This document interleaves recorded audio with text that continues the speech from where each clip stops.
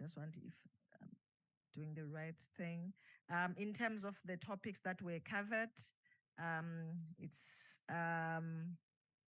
more or less similar topics which were actually covered there in Salamanga, but like that was another good experience there.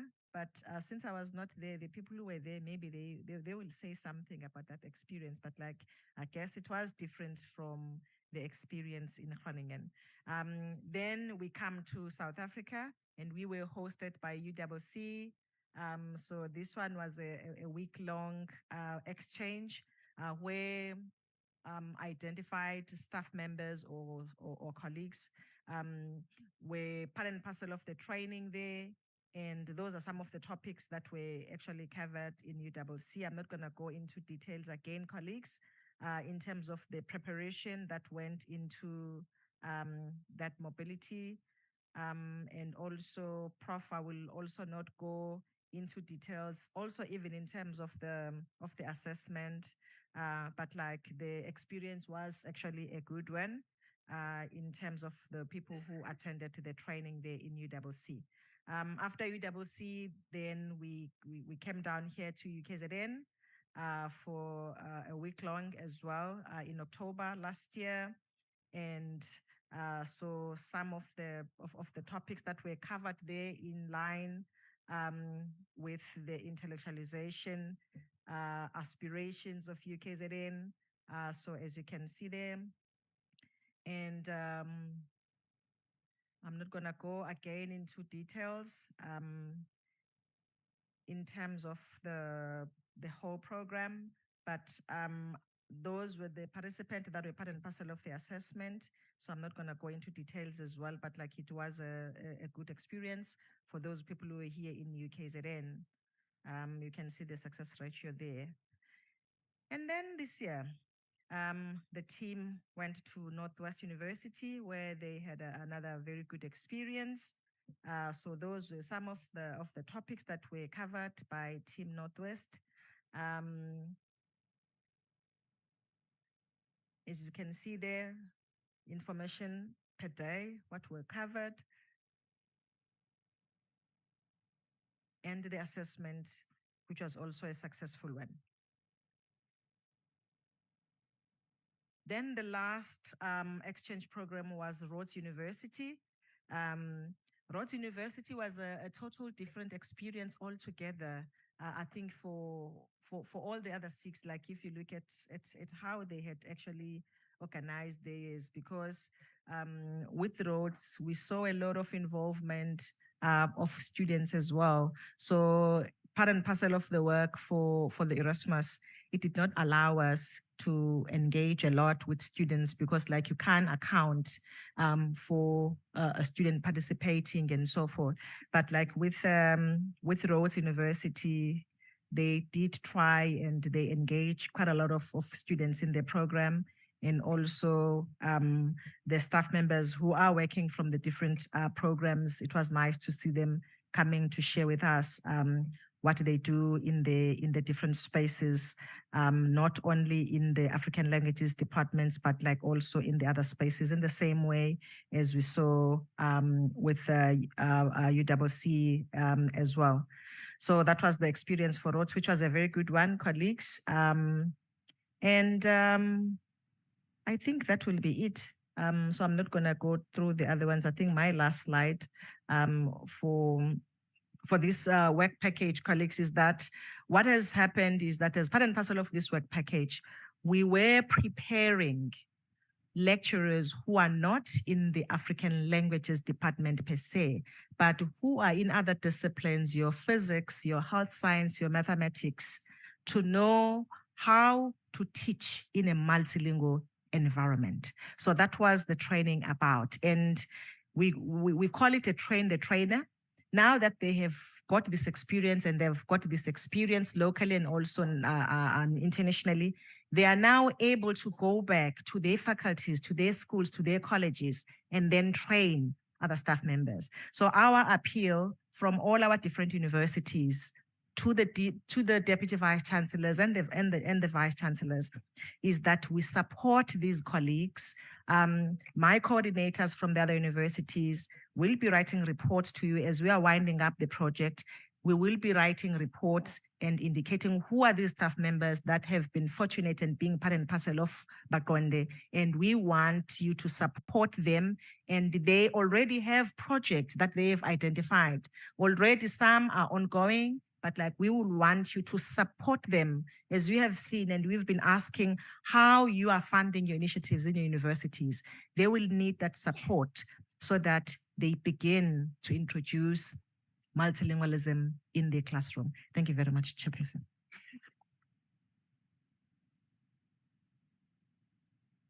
Thank you very much, Prof. Shongwa. We are now moving over to Northwest University. Dr. Sishoka, please come and present your work package. All right. Need some help. Good afternoon, colleagues. We started from the end of the project, eh? So my colleagues were taking you on the journey. Now I'm going to take you on a journey on how everything started.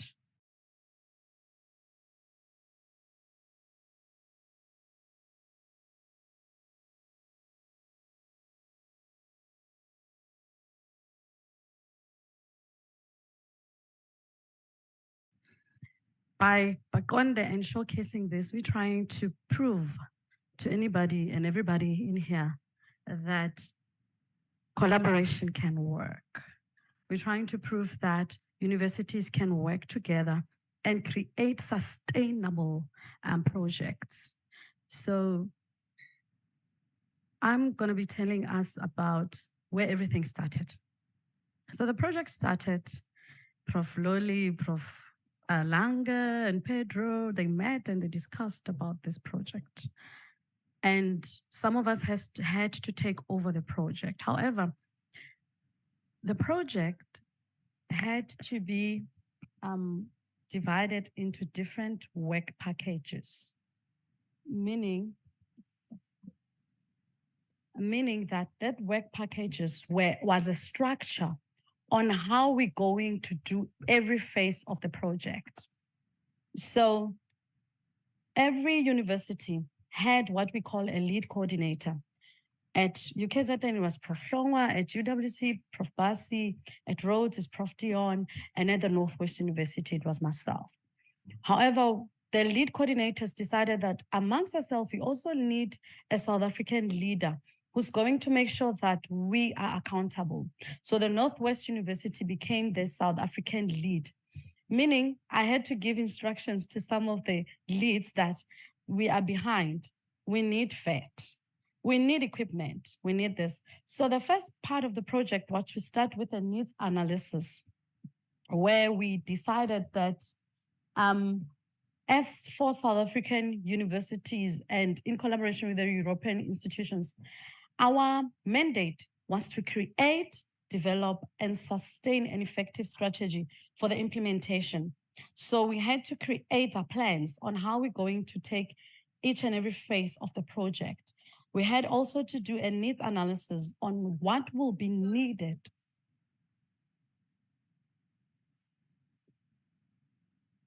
Thank you for the protection. And we had to decide on what other development programs we needed to have. So we started that 4 institutions needed what we call an ALDU, as Prof. Mantwa had described, an African Language Development Center. But we realized that in some university, they already have language services that is functioning. So at the Northwest University, we decided that Language Directorate will host the ALDU, and at UKZN, they decided that the ULPDO will host the ALDU. And at UWC, they decided that the ALDU will sit under CASAS. And at Rhodes University, they decided that the ALDU will sit under the School of Languages. So we had to map out that structure first. Secondly, we had to know now, what does this ALDU need? So the ALDUs needed different sets of equipment to be able to function. And they had also different needs within themselves on how to put the project together. Now, we had to identify also the spaces when we buy this equipment, where are we going to place this equipment? And as the Northwest said, Language Directorate will be the ALDU. We had now to make our interpretation unit, services unit, the hub of the ALDU. And also the fourth step, each institution had now to make a list of the equipment they wanted to purchase to make sure that this project kicks in. Now, the equipment had to be purchased within 1 year of the start of the project. Now, with an EU kind of funding, the VAT issues came into play. It took us about 3 years just to solve the VAT problem. We just sorted it out last week. And it was such a up and down where we had to, Prof. Long, I remember we had to give in the bank accounts of our universities where we purchased those equipment with. It was such a hassle just to get authorization to get into the account of the university, just to prove to the EU that we bought the equipment. So it's one of the hassles we had to go through. But the beautiful thing about it all, it was a collaborative effort. That's the beautiful thing about it all. Also, we had to look into mutual capacitation of each institution. Looking at the Northwest University, we know we are strong in interpretation. And we know that it's been years we've been doing simultaneous interpretation. So we could not just go and reinvent the wheel and want to start subtitling. So we leaned on the University of Western Cape to purchase that equipment for subtitling where we can lean into and enhance that skill from. So also, our equipment also included software. Interesting. So we had to also buy our AI software at interpreting services and some of the iPods that we use in classes through this project. And the students love the iPods. It's a hit in classes actually and in meetings. We also had to buy bibliographical references, dictionaries, just to equip our ALDUs so that our ALDUs can be able to function. And also we had to buy some soundproofing just to set up our ALDUs. Now, the highlights of the work package 1, this is where everything began, is that every institution managed to establish a working ALDU with equipment, working equipment with staff members. And also, we had also to this project could not continue, but had to hand over to work package 2, work package 3 and 5, so that these resources can also be harnessed for the upcoming work packages. Now, as we've spoken about the ALDUs have been established, and it is exciting to know that the ALDUs are cooperating closely with the different centers within their universities, which is a beautiful thing that shows the power of collaboration. So at the Northwest University, we can see the Language Directorate is also cooperating with the Center for African Languages Teaching for Setswana, which is a beautiful thing that we received from the Bakonde project. And also at University of KwaZulu-Natal, we can see that the ULPDO is also integrating some of the things from Bakonde into the teaching and learning portfolio. And at Rhodes University, we see the School of Languages and Literatures working closely with African Language Studies section, and also the NRF SACHI in terms of the intellectualization of African languages, which is a beautiful fruit that came out from the Bakonde inception. Now at the University of Western Cape, we also see CASES running with the ALDU and making sure that there are institutional efforts aimed at promoting the education and use of African languages. Now I want to talk to us about the success. My colleague have taken you through what each packages worked and what we managed to achieve. Now, I'm proud to say that the Bakonde project has shown that institutions can work together and create sustainable language resources.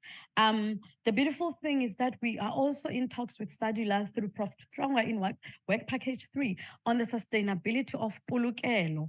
How is Polokelo going to be sustained from now on? Meaning that SADILA now has to take over the Polokelo repository, working together with us. And that is a fruit that's coming from collaborative efforts. Now also, Bakonde has made sure that we break the silo mentality. This is the beautiful thing that has happened through Bakonde, is that Northwest University, we are strong in Setswana and Sesotho. So there was no need for us to to go and look for isiZulu, to start isiZulu glossaries, because now that we have now gradually bringing isiZulu into our policy, we're now working together with UKZN to get the isiZulu resources. They are getting isiSotho into their language policy. It's going to be like an exchange. We're going to give them the isiSotho glossaries and other related things. And the Rose University and University of Western Cape are working also beautifully together in terms of isiXhosa materials. And also it's going to help us when we're putting into the Polokelo. We have seen that now through the board of Aldus, that we have developed a structure on how we're going to feed into the Polokelo, meaning we are working from one concept document, feeding it into the languages of our institutions. So Baqonde has managed to break the silo mentality. We have also worked together to establish the institutional network of Aldus, which together we come up with strategies. You know, we ask UKZN, how did you do your language audit? How did you revise your policy? How did you get it right with the students? I don't really have to be reinventing the wheel going to start new projects. My colleagues are already here and we work together and collaborate. Now, in conclusion, we are aware of the many challenges regarding the re-intellectualization of African languages, but with Baqonde project, we have proved that we need to press on and we need to commit to widening access so as to better student support, academic success, inclusion, and our decolonization initiatives. I want to say, let's not lose hope. Change is evident no matter how small it is. Thank you so much.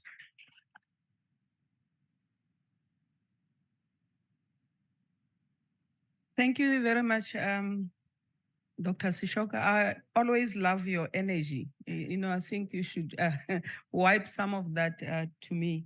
Our last speaker.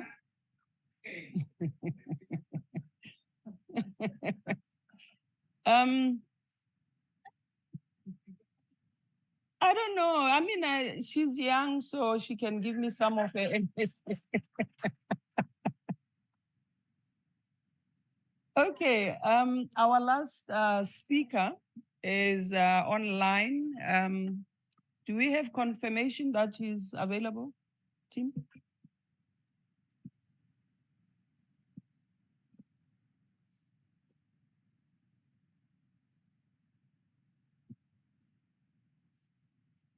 Is he there?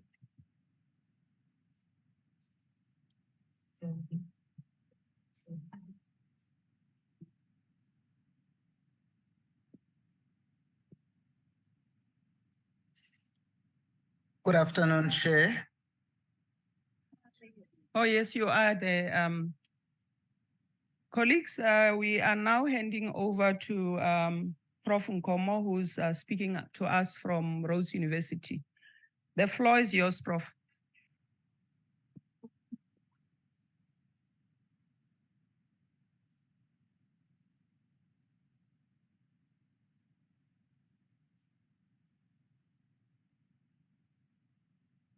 I'm trying to sort myself.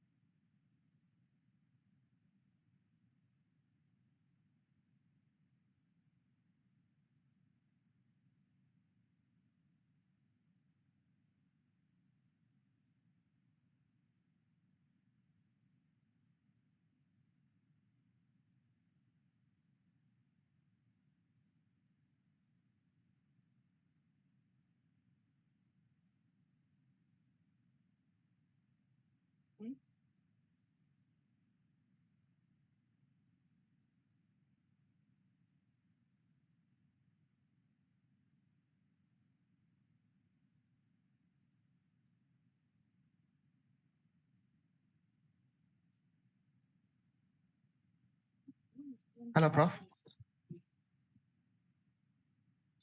Hi. Prof, are you winning? I still have hope of winning. Just a second. Okay. All right, sure. Thanks.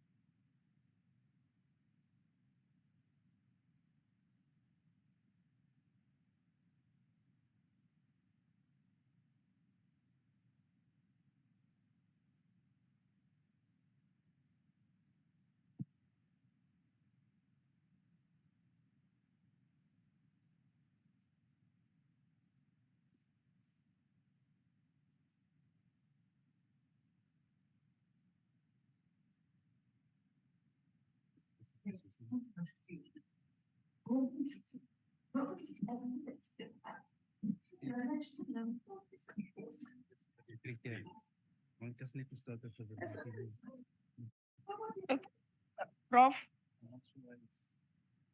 Prof? Hello. Sorry. I'm trying to show my slide. I don't know if you can see we, anything. we, we can see it. I think you just need to press the from the beginning. It looks like my beginning has already been messed up. Proceed. I'm not going to show the my slide, video because okay. this is not a neat one. Good afternoon, colleagues. Okay, it's fine. We can still see it. Afternoon, Prof.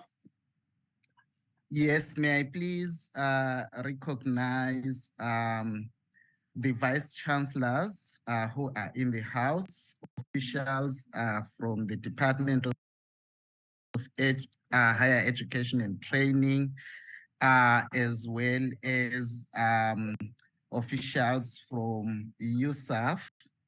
I would like to apologize for not being at the venue to deliver my presentation. And I hope that technology will bear with us. The event that made it impossible for me to come in person was designed in such a way that we are actually disconnected from the world, and little did I know that this will come to catch up with me. So colleagues, I'm presenting on a component of the backbone, the project that has to do with quality assurance and we all know that quality assurance actually constitute the cogwheels of any project with strategic imperatives and deliverables, such as the backbone, the project. So project activities need to be properly conceived with clear timelines, success indicators, and all these need to be put together in a plan and then be reflected upon with quality reporting so that project members can be able to see how they are progressing, reflect and deal with challenges that emerge along the way. As such, the back on the project has a quality assurance committee, of which I'm one of the co-leaders. Apart from that, each institution in the consortium is actually represented.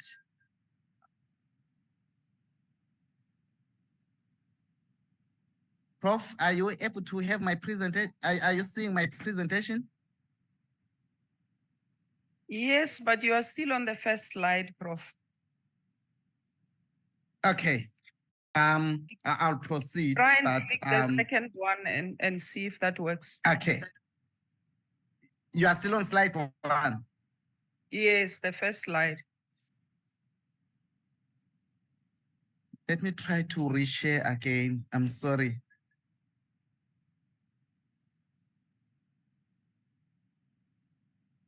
No, I think I've shared the wrong one. We can see the slides again. Prof, when you share your slide, can you go into presentation mode? Then we will see the full screen. If you go to the top left, you'll say from the beginning. Oh, that's perfect. Okay, I think what I need to do now before I even share. You're good. Pardon? Stop share.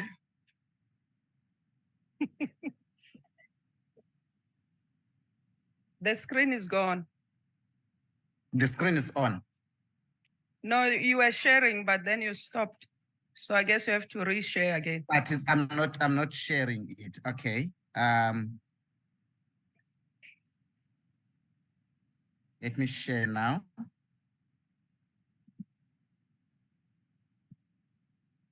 Do we have now? Yes, we do.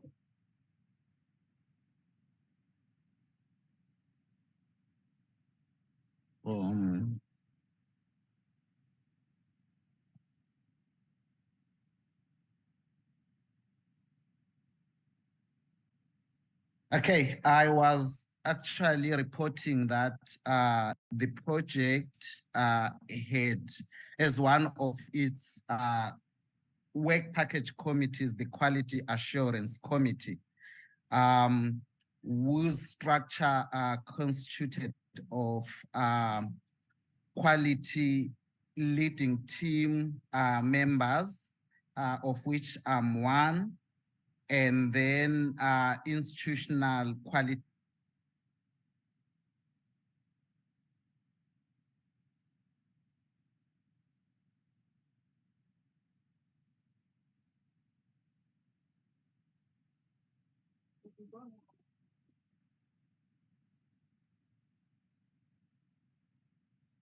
Prof, are you still there?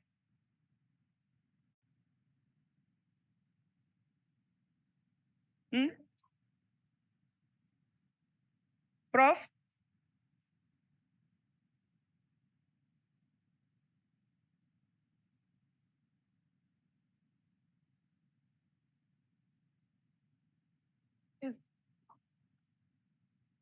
Prof, are you there? I think we've lost him. You want to speak to it?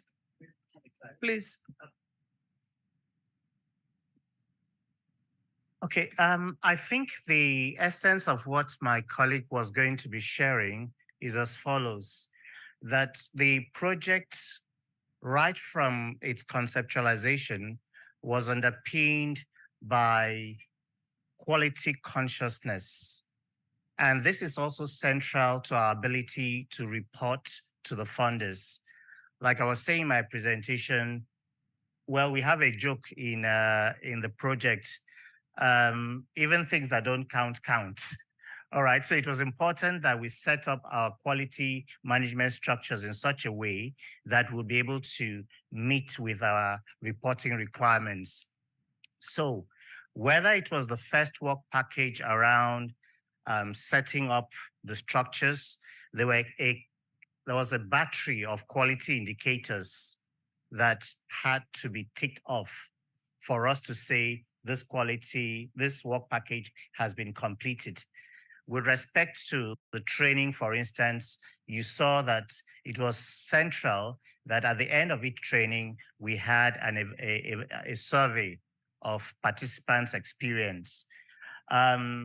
With respect to the materials, we also had similar instruments just to be sure that everything was working according to plan. Otherwise, we would be in a very difficult situation at the end of the project to be able to report to the project funders. So in everything around the project, there was some quality consciousness. So quality assurance was not an add-on, a nice to have. It was central to the very definition of the project. Almost, if you think of, for colleagues who may be familiar with the ISO quality standards, ISO 9000 series basically says you cannot quality assure a product if you've not quality assured the process through which that product emerges. So in other words, you cannot pay attention to quality only at the end. The very process of developing your deliverables needs to be underpinned by quality. So I think in a nutshell, that's what our colleague was trying to get across. And we think that although sometimes it was challenging, we were trying to do the main thing, but there you were having to report on what quality steps you have taken. At the moment, it seems like a very uncomfortable thing to do, but much later you somehow appreciate why that was important. Thank you, Chair.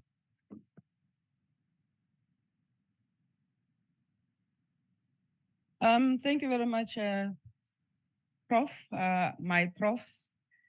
We have a few minutes for questions, but I'm sure some of you are curious to see what is in the Pulukelo. And if you allow us while you prepare your questions, I'll ask Prof just to maybe pull out something and show you some of the materials that are in the Pulukelo. And yeah, we can raise hands so that I can take note of the questions. Okay, noted. Go ahead, Prof. I'll need somebody to. Yeah.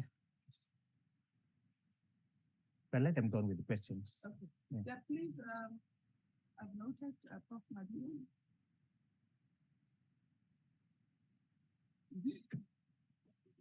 Okay. So 1, 2, 3, 4. In that order.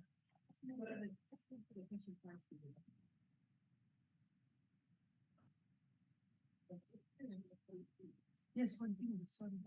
Colleagues, I'm Busile Ndlovu from the University of Mpumalanga in the African languages. My question is based on the African languages resources. I just want to understand on how the project is going to maintain equilibrium to ensure that all the resources are available across the African languages that are offered in our universities. And the additional question, which universities are targeted by the project? Since I've been hearing about the training of academics across universities, and I've been longing for that, but I never observed that. Thank you.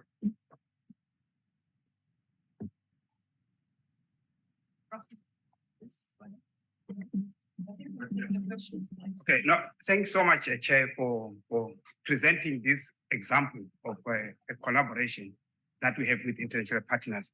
You know, I need to say that I just want to make a comment and a question that I think since we started this collaboration, I remember some of the UK's colleagues will tell me that I remember that we were funded by Santet, which was a Norwegian partnership. And that funding really helps us a lot. Then we had another partnership collaboration with the UK universities.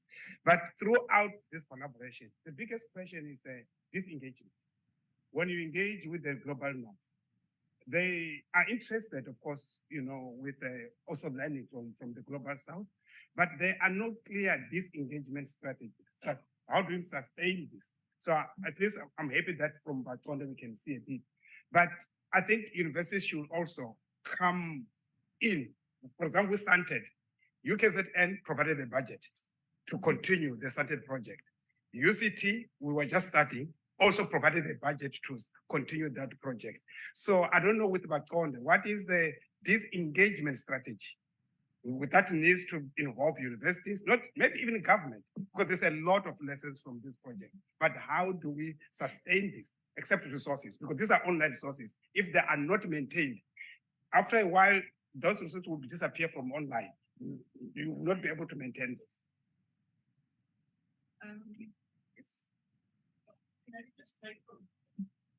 Just make a comment. One of the key things also for the sustainability is really the continual sharing of resources.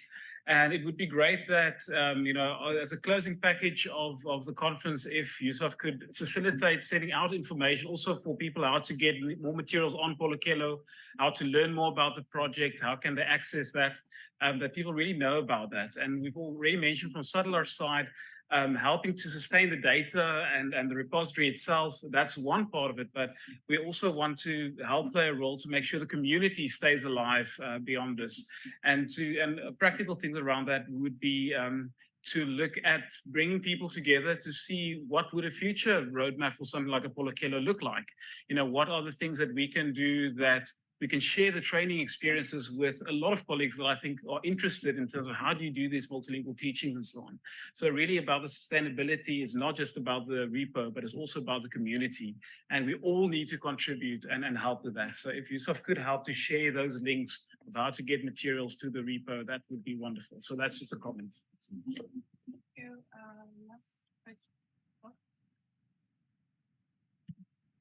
Thank you very much, colleagues, for sharing such a fascinating project. And we know in the nature of your Erasmus Plus that they use the resources to get South-South collaborations when necessary, or South-North collaborations when necessary. I'm just wondering about the possibility of having institutions work together without an incentive, such as this one, which has been put by the Erasmus Plus. Each time we talk about working together, we talk about additional resources. I've worked for the National Research Foundation, just getting institutions to work together. Be it through a program, centers of excellence, and so on, more money has to be put in. Is there a way in which we can talk about working together without additional funding coming into the pot? So now we're talking about sustaining, because we want more money to sustain the initiative where additional funding was put in. I think it's something that we need to think about and see how we can get whatever was put in initially to be institutionalized for starters, just to get it to be part of the institutions. And in that case, then I do believe that institutions can be persuaded at the level of institutions to continue with certain initiatives, at the very least. Just one institution proceeding with the work that it had started. Or if all institutions are proceeding, then still come to the level of collaboration that we can get out of it. Then on the issue of the process focus in order to ensure quality, I found that to be very, very fascinating, because normally that is the focus on that would be more on your monitoring and evaluation kind of thing. That's where you ensure your quality and so on at that level. But to focus upfront on process in order to ensure quality is an initiative that I think is worthy of sharing to a certain level of detail, and also its relationship with your monitoring and evaluation at the end of it. Because I think the whole thing of standards and quality is very important for us at any level, generally, when we introduce new initiatives. Thank you.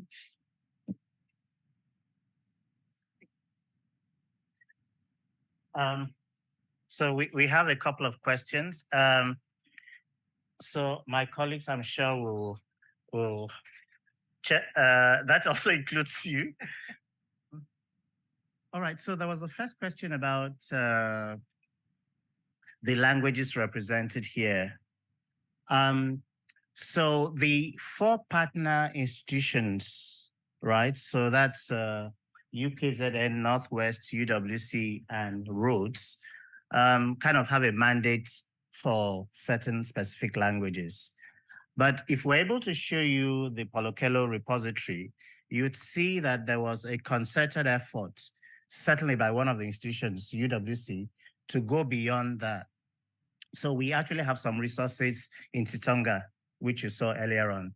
I mean, Chitonga is not in the UWC policy, but because we have students who are speakers of Chitonga, we actually made an effort to produce resources in that language as well, because we need to be conscious of replicating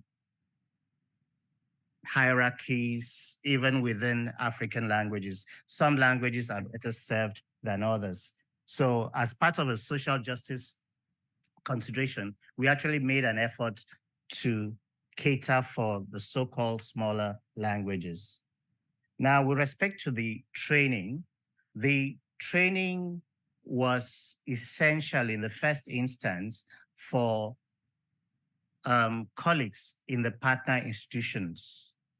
But now that the project is coming to an end, we are looking at a multiplication training so that colleagues who are not part of the project itself can still benefit. And it is for that reason that an interinstitutional board has been created to drive that process. Maybe you'd like to speak to that. Thank you very much, Prof. Yes, what we have done so far, in fact, we have some documents that we use as invitations for people to collaborate, but also to contribute to the Polokelo. So soon after the end of the project, you'll be getting invitations, letters from, they're going to be coming from Sadila, inviting contributions. So that's one way. But also beyond the project, we are going to open up the interinstitutional board of Aldus to include other institutions as well. So what we've reported on was the first, the 3 years of getting the project off the ground. Now the board of Aldus is very instrumental in ensuring continuity beyond the life of the project. And the resources, somebody said something about, Prof, I think you said, is it possible to do some of this without money? Even though there was money involved, I think some of us worked 27 hours a day to get this to work, and without really compensation. Yeah, not looking for compensation. So as detailed by our leaders, most of the funds went to the mobilities, moving people between institutions and buying the equipments. And the equipments are there. So in the African language development units, they are there to be used by the the whole institution beyond the life of the project. Prof. Langa, would you want to comment on?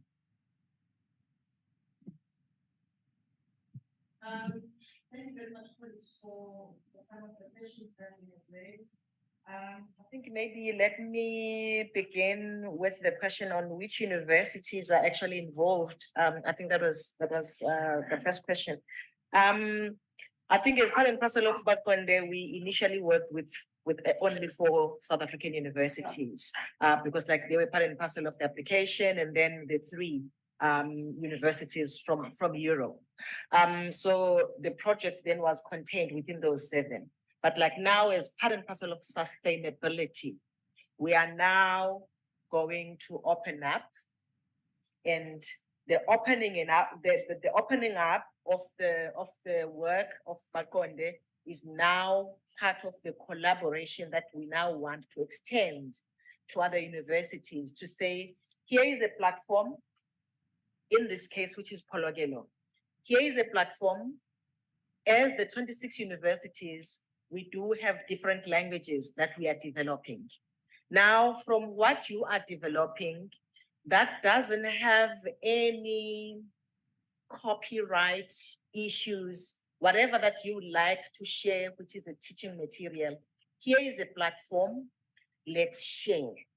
And in that platform, any university, I think my colleague here, I think will say more on this because like that is on her work package. But the universities will now be invited to say, now come and contribute towards this Pologelo, which is now going to be a repository, not for the 4 universities, but it's going to be a repository for all other universities. I think maybe moving on, because like as universities, we don't need to continue to work as ivory towers. We can even invite even NGOs that are working on promoting languages to also contribute. Remember, we also have lexicography units and all of that. So there's quite a lot of information, there's quite a lot of data that they have, which they use towards developing the dictionaries. That information can be shared through Pologelo, and it will be shared through the different disciplines, through the different modules that we offer. And once maybe Chitonga has some information that is already available that can be shared with another university. Once there is a terminology that has been developed by a university, the other university developing the same language does not need to reinvent the wheel, but like they can capitalize on that. It's gonna save a lot of resources because like as we have heard, it is very expensive to develop these languages, but like it doesn't necessarily mean that like we cannot start somewhere. But like where we can save some funding to focus on other things, that is what we need to do. So maybe let me just stop there for now, just focus on that one, and then I'll let my colleague then continue. Yeah, okay. Okay, I'd like to respond to the question about university targeting. You've already drafted a call for participation, which as the board, we are going to be sending out from January, be on the lookout. The independent board also has decided that we are going to self-sustain the project from now on, meaning that we're still going to continue with some of the trainings, some of the workshops, and some of the repository work that we have done. So we have also drafted a sustainability part on our side. And we went into the project knowing that we won't get paid, and the project is only going to cover for traveling. So most of the other things we were paying from our own universities' funds, which we were at liberty to do. And now also the board has also looked at how we're going to source other modes of funding for the universities that we're going to be bringing into, meaning that when we're sharing our resources, we won't be expecting other universities, to go in that extra mile like we did, because we already worked the path for them. So we're going to also be sharing resources with other institutions. We've already made that call. And I think those are the questions I wanted to respond to. Okay. Yes, so there was a question around the process focus on quality. So how did this work? Each work package had a set of indicators they had to achieve. And so that was one. So there was a goal context, as it were, for all of the activities of that work package. So you were basically working to achieve very clearly set out objectives. And then we had quarterly meetings of work package coordinators at which each work package had to report on its activities within a given reporting period. So that kind of helped keep our feet to fire, as it were. Now, at the first phase of the project, we had an external evaluator. The EU would appoint an external evaluator. So your question was on the relationship between that sort of external evaluation and our internal evaluation processes.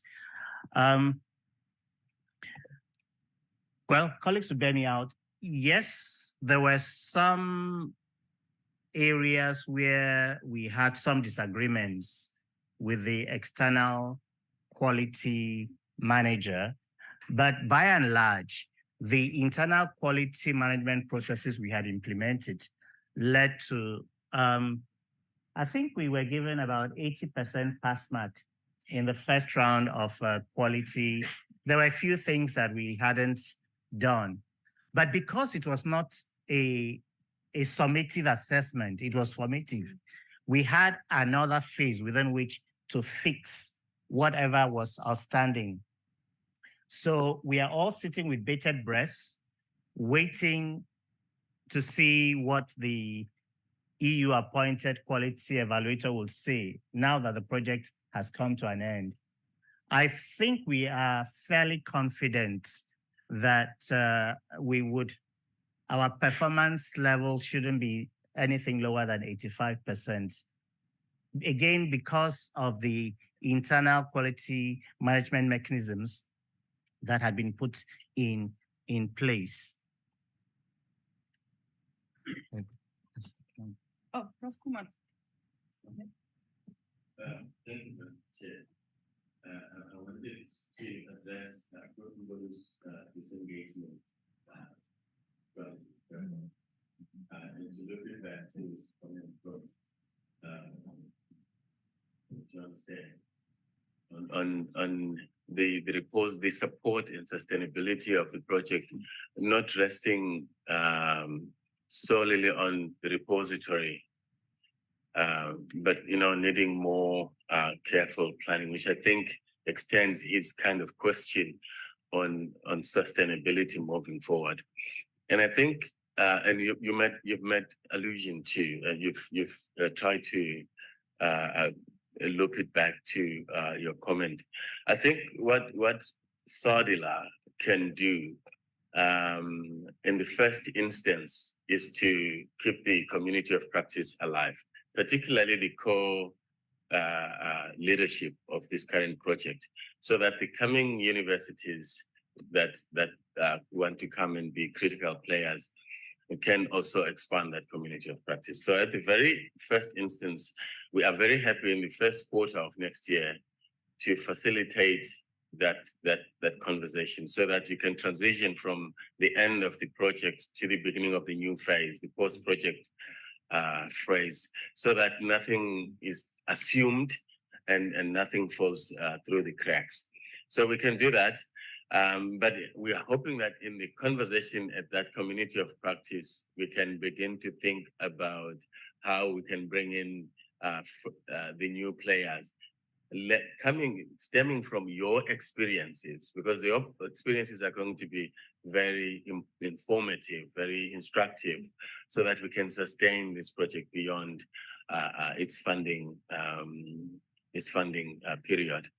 It is so fortuitous that it finds me at SADILA when it ends, and it was ignited as an idea by me and two of my colleagues then at the World Congress of Linguistics in Cape Town.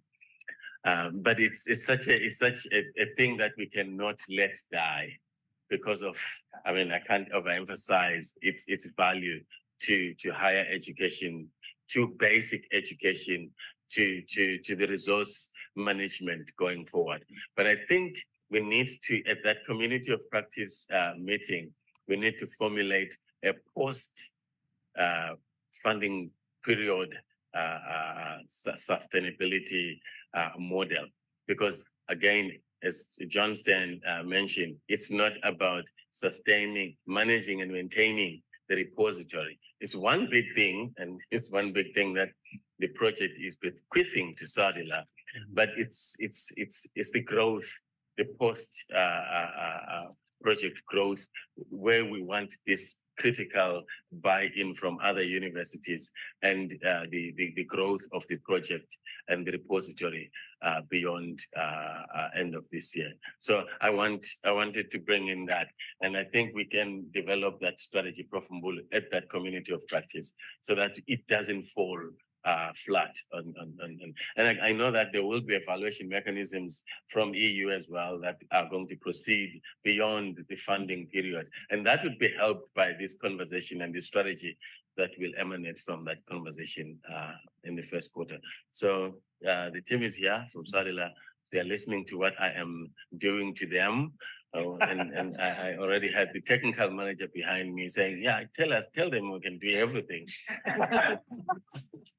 Yeah, and that was cynical. But yeah, that's what I can add, colleagues. Well, when the oracle has spoken, what do you add? Just a quick point. Part of our closeout report really focuses on the sustainability of this. And in a fortuitous concourse of events, we now have this national language thing, policy framework plans. So quite a bit of what we've done so far is going to be feeding into that. So whether it's in terms of the resources that have been produced, so if someone has produced a resource on how to take medical history in isiXhosa, you don't have to reinvent the wheel. You can just either subtitle that or do a voiceover in some other language, right? So a number of the resources that we have on the repository currently, I'm sure will be repurposed in a variety of ways. So a major selling pitch in our sustainability plans post the funding period is actually this national project that has come on stream. And I think Bakonde has been a very sort of fortunate project because it came shortly after the language policy framework was passed. And now that it's drawing to an end, we now have some funding for the implementation of the framework. So there's a lot from the project that would feed, I think, the national project. Thank you very much, colleagues. You have been a very, very wonderful audience. Before we go out to lunch, I would like for us to thank our presenters and give them a round of applause. Thank you very much. We may break for lunch. Oh, that's yours.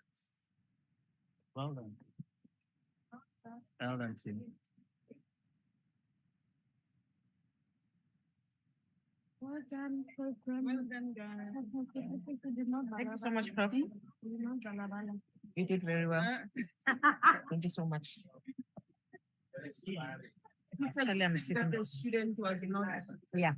Otherwise, we wouldn't have had enough time.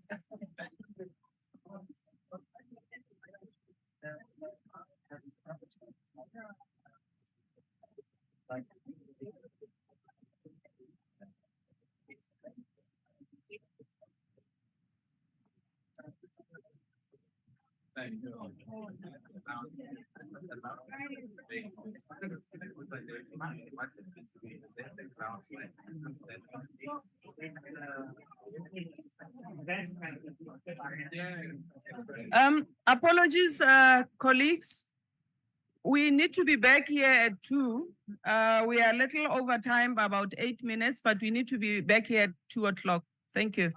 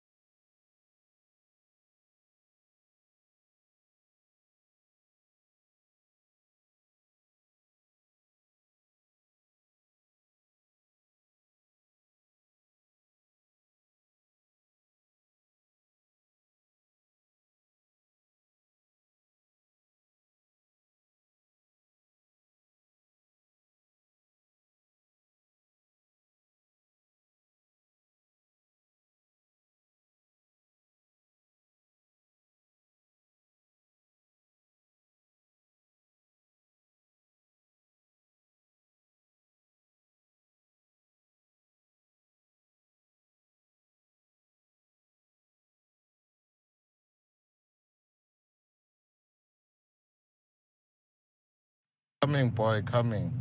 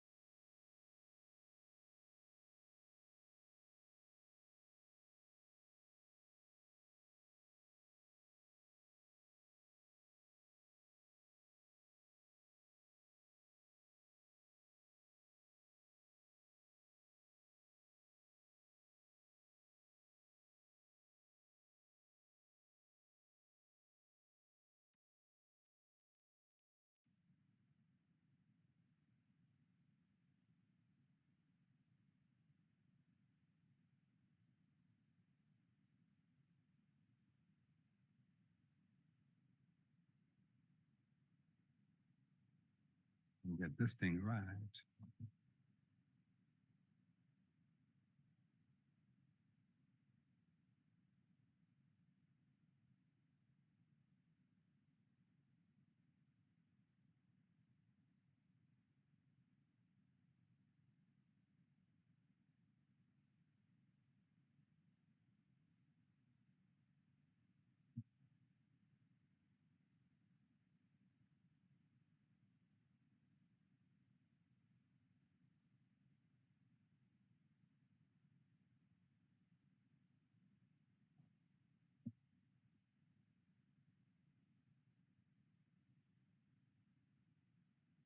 Good.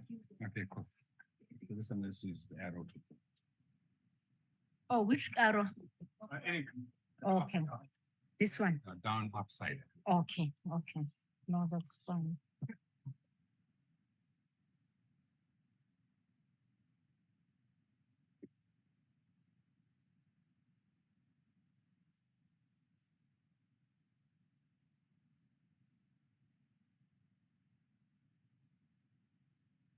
Vice-Chancellor, Professor Crouch, the SADILA colleagues, CEO, and senior colleagues from there, PENSAP, CEO, board members, senior colleagues there, the colleagues from the Department of Sports, Arts and Culture, our Deputy Vice-Chancellors, the deans present here, senior colleagues from the universities, ladies and gentlemen.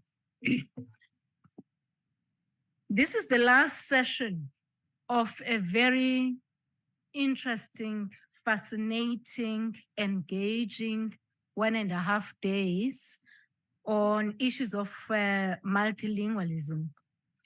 And for those of us who have got very little to do with language, it is a very steep learning curve because we think of language as a tool that you use for ensuring access to the epistemologies, and you think of language as something that you use to relate your being. I'm very big, very steeped on culture personally. So you understand there's no way in which you could relate what I'm able to relate in my language in terms of my roots, in terms of my lineage, in terms of my izithakazelo and all of that. So that is where I've seen language being used. I'm talking about also being very instrumental in some of the dictionaries which have been created in my area or my discipline. At the time I was still an academic, mathematics, from English to Xhosa. I've participated in such at the time that were developing such dictionaries. And this department that I've mentioned was always instrumental in those projects being achieved. And we're doing this free of charge, as it has been mentioned by the researchers and the academics who have come before us. Let me start by thanking University of KwaZulu-Natal for hosting us.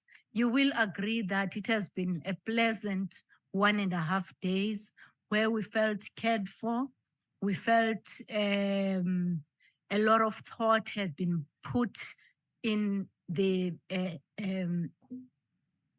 engagements that we have had. And also I need to thank them for inviting the students who are among us, because that is another area that perhaps we would have been found wanting on. It would have been great to have some community members as well. But that is a lesson that we have had today. In future, we'll have to look at that. The speakers that we have had have been outstanding. Starting at the beginning up to now, as I've mentioned, we have had a lot to learn. There are programs such as this one where you find that someone is not prepared. I have not found that in the entire program and the project conference that we have attended. Everybody was prepared and they did rise to the level at which we're expecting them to rise to. And it has been fascinating and it has been well received by us. We've got the COPAL, which has been working tirelessly together with USAF staff to ensure that what we see today is a success. We're quite appreciative to COPAL for the work, the intellectual leadership, and engagements that have led us to the theme of this conference, together with the sub-themes of the conference and the speakers that they know in their fingertips who have made the conference what it is today. I felt before proceeding to this session on planning for impact, monitoring and evaluation, I have to just outline and put my case. I'm not taking Professor Nobutle's role at the end, but I felt that from my side, I have to pay my dues. We've got this section on planning for impact, monitoring and evaluation. We have been very much involved, at least in my previous engagements and current engagements, on the impact of the work that we do.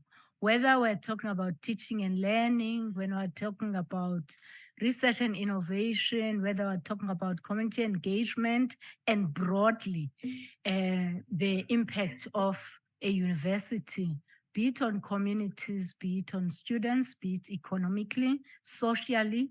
So it is a very hot topic at the time. So we are quite cognizant of the fact that this area of multilingualism is no different from the others that we are busy grappling with issues of impact on. So on planning, we have heard the colleagues here talking about the policies that the various institutions have established, the approval of the policies at Senate level, at council level. The next stage after a policy approval or whatever, it's an implementation plan. And within that implementation plan, you have to be clear about what it is that you are going to be implementing based on the policy proposals which have been put forward. And if you don't have that implementation plan, everybody's going to be left guessing on what needs to be done. So we're all familiar with that process. Now, where the problem starts is when you have a clear implementation plan and you do not have clarity on what it is that you'll be measuring 5 years from now in order to ascertain whether your activities have been impactful or not, or have had an impact or not. So in this particular instance, in order to ensure that all the things that we claim that multilingualism is going to give us, I've had social cohesion being mentioned. I've had social transformation being mentioned. I've had access to the epistemologies being mentioned. I've had success of the students being mentioned. I've had equity, diversity, and inclusion of staff, of students being mentioned. Now, the question is, how will we know that these have been achieved? What are our indicators of success for these elements that have been mentioned as the results or whatever outcomes or impacts of multilingualism? How will we know that we have achieved this? So all that we are saying is that if we're going to be planning for impact, we need to know now what it is that we're going to be measuring 5 years from now, 10 years from now, or what it is that we're going to be assessing in order to demonstrate these issues that we're claiming are going to be there in 5 years' time or in 10 years' time. One thing that we have experienced generally or broadly within academic circles and research circles is that the nature of the indicators of success that we have set up all along never measure any of the things that I've mentioned. So to come up with indicators of success with metrics which are going to not so much measure, because impact cannot be measured. It's just a demonstration of that impact has been there if certain indicators are met that we have set up for ourselves. We know that the various policies from different universities may vary, and it's important that at that stage, one is able to set up these indicators of success. So at the core of what we are trying to do within this session is to hear from the two colleagues. Are we having 3 colleagues? Oh, okay. No, that's fine. So I will mention then the first colleague that is going to be coming to the front. That is Professor Ramukondo, who's the Deputy Vice-Chancellor, Transformation, Student Affairs, and Social Responsiveness at the University of Cape Town. Previously, she was the Deputy Dean for Postgraduate Education at the Faculty of Health Sciences at UCT, and she has been a staff member there for more than 20 years. I'll leave it at that. Thank you very much, Prof. You can go ahead. And you have 20 minutes. Thank you for reminding me that I have 20 minutes. I've already started timing myself. So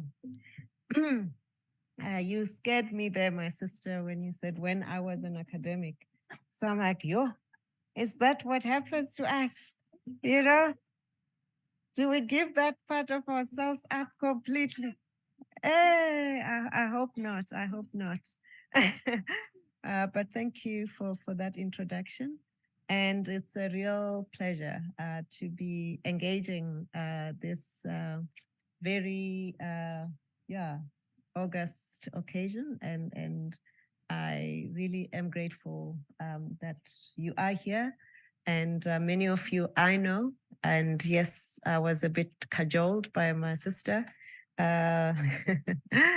Yes, she's smiling because she knows Associate Professor Loli Makubi Bedenhost. And yeah, we are here.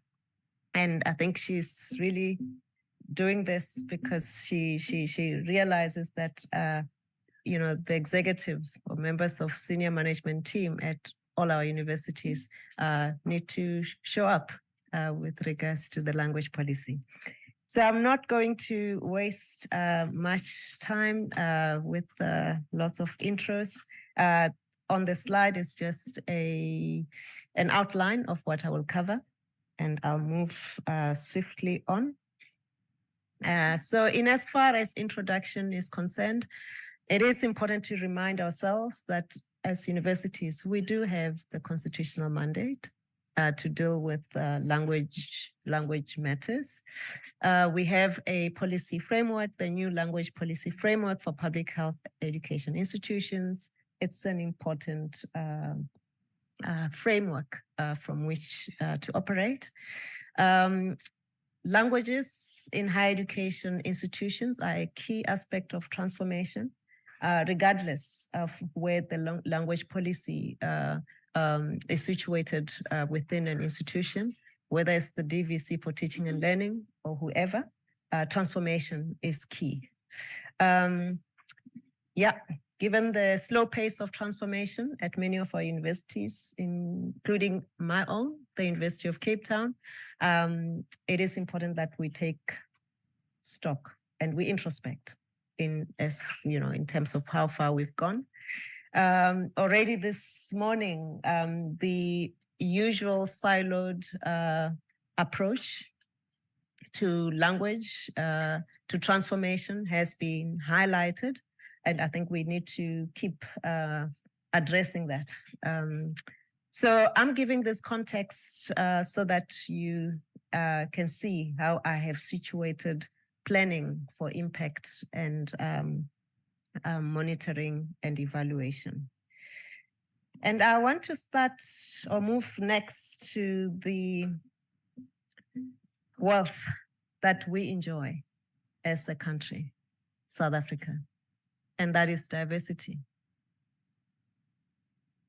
And the fact that we often miss to see how this is an opportunity and not a problem.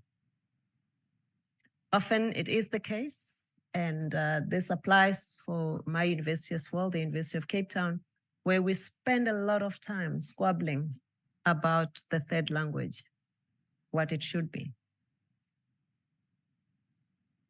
Why is it that we limit ourselves to the possibility of 3 languages?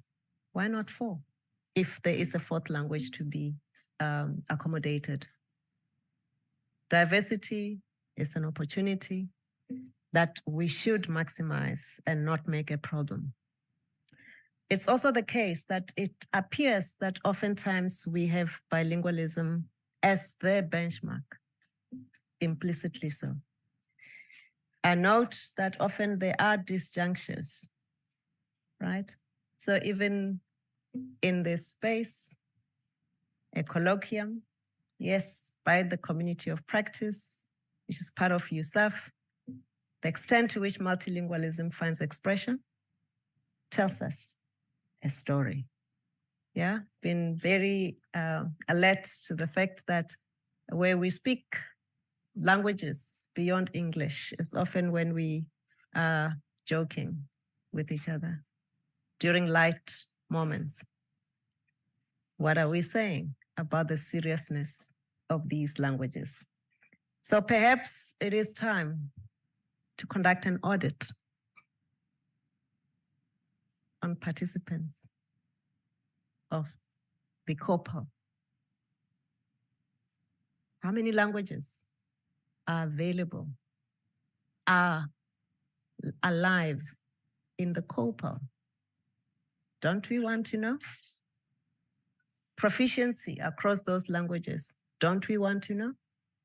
Because I think that's what we should be looking at and saying, to what extent is the valuable richness of diversity of these languages amongst ourselves doesn't become a taste of what can be, but lived. So I think that's a challenge we must pick up. There's also a disjuncture sometimes where people speak about multilingualism as something that has buy-in. But then when you look at the slides, it's 2 languages that feature, and English and Afrikaans. That is telling us something. There's also caution I think we need to apply when we speak about not making sure that as we promote other indigenous languages, it doesn't happen at the expense of other languages. In our university, again, the University of Cape Town, it is the case that people hear you to be saying, you know, French, Spanish, Portuguese should not be compromised. So we do need to be very clear about what it is that we are prioritizing and for whom. There's also the matter of the San and Khoi languages. Some of you might have followed the story pertaining to the University of Cape Town involving the reburial of ancient remains that had to be taken back to Sutherland. And the real phenomenon that often languages such as Khoi and San, but also Nama, have people that practice them every day. These are languages that are not reserved only for performance. And that speaks to embeddedness. Embeddedness in context of these languages. There's also the contention of Afrikaans, again in the Western Cape. We need to be open to engaging with that means for multilingualism.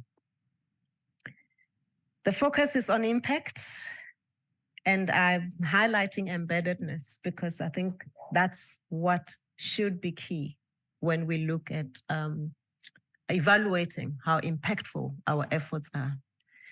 So on the slide, you will see a generic framework for monitoring and evaluation in relation to policy. This is generic. It's helpful. We review policies, we develop policy and begin planning, looking at objectives, policies, strategies, and priorities. We prepare budget, we implement and manage activities, we monitor and account for expenditures, and we evaluate and audit, right? But often what is missed is the theory of change.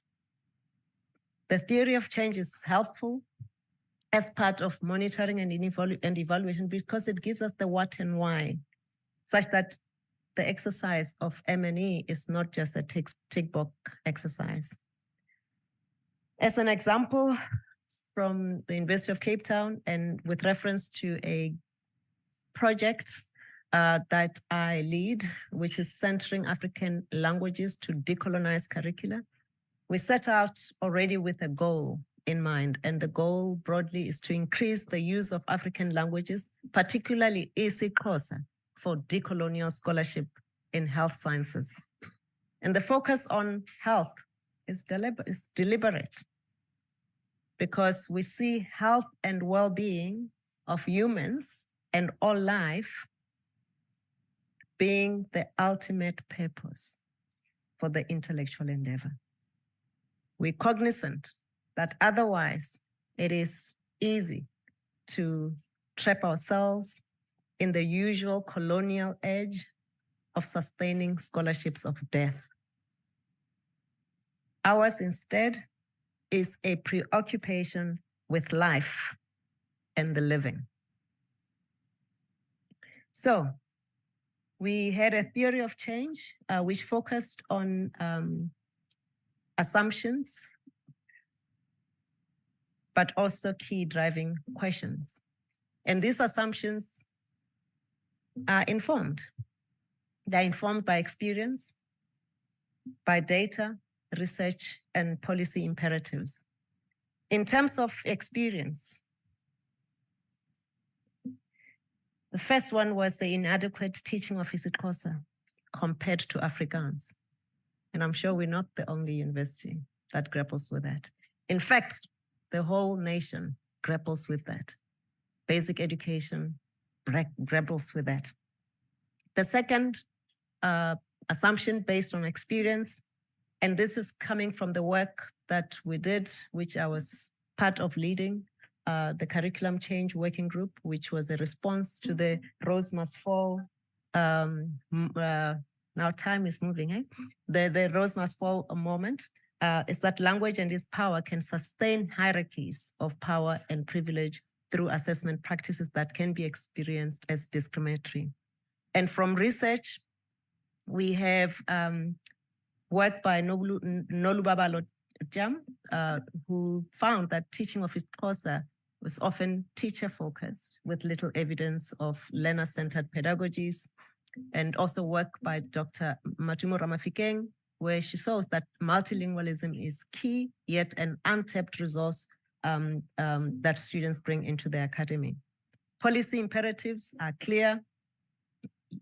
the Department of Higher Education and as revised draft of the language policy for higher education 2017 showed very clearly that indigenous official languages have structurally not been afforded the official space to function as academic and scientific languages. Moving on, the driving questions are clear, and it's again about success. Successful teaching of Afrikaans, what informs that? The role of isiXhosa literature in decolonizing curricula. What is the role of language as a determining factor for both academic and economic inequality? And what are the barriers to the use of African languages for communication and learning? Of course, there are pitfalls, and translation is usually that pitfall. We do need to attend to what is lost in translation. And I've got two examples there in my own home language, Chivenda. When you say Hulibara Mubai, Mubai wa Haribari. Yeah, there's terms in there that are no longer in use. Then how are you going to translate that? When you say Warimutu Yaripa, how do you make sure that the irony translates when you move it to English? So we have to draw a distinction between translating for instrumentality, which has a role, but also translation as part of meaning making in knowledge construction. So I've got possible indicators starting with principles, university focus, national focus, but not forgetting interdependence. Possible indicators being around decision makers, and this is a key one. And I was going to spend some time on this one, but the time is not on my side, with work by Dr. Atambile Masola and Annelile Dlamini Gibitreho, where they show very clearly the lack of transformation in South Africa's publishing, where a key question that is asked is how is it that in a country where white people are in the demographic minority, their writing and literary production is the center of the publishing business? The key question. They show that a small group of very large publishers represent more than 70% of production and revenue.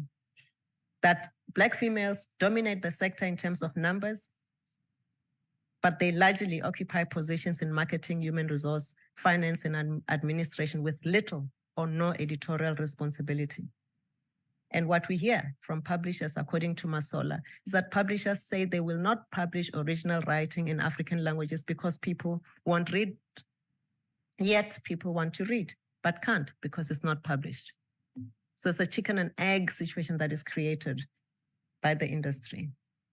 Institutions affiliated with the National Department of Sports, Arts and Culture, siloed with no regulation to guide publishers. The biggest publishing houses import 80% of their books. And Masola, when she got her poems published, she insisted that her poems also appear in isiXhosa alongside English, because even just visuality conveys that there are other languages that live in the world, not just English. And there's a lot to be said there about what the Department of Basic Education can do with regards to texts that they prescribe, how they procure them, and with DHET paying attention to that. Critical mass for scale is a key indicator, reach, uptake, opting in, especially when assessment possibilities are availed for students. How many students are opting in? The utilization of services, but also the depth of scholarship. And I'm going to end soon. And in terms of deepening scholarship, we do need to develop criteria for depth of scholarship, including sharpening of critique through robust scholarship. I was engaged last night by a young person who's an upcoming scholar. You probably know of him, Siseko Kumalo, who's highly critical of the dominant narrative that African languages need to be intellectualized. And he does this by citing works such as that of S.E.K. Mkai and others to challenge this deficit approach. And of course, with this decolonial summer schools that we run at UCT, it's very clear for us that there is no competition between Africanicity, African philosophy, and decoloniality. The two speak to each other. And we have Prof. Ramon Grossfugel and Professor Mojobe Ramose, who sit on both sides of this debate, and we bring them together for exactly that, deepening the scholarship. I hope you can see the themes of the two decolonial summer school. The one last year was decoloniality, linguicide, imagination, and the discontinuities of understanding impilo. Again, health, life at the center.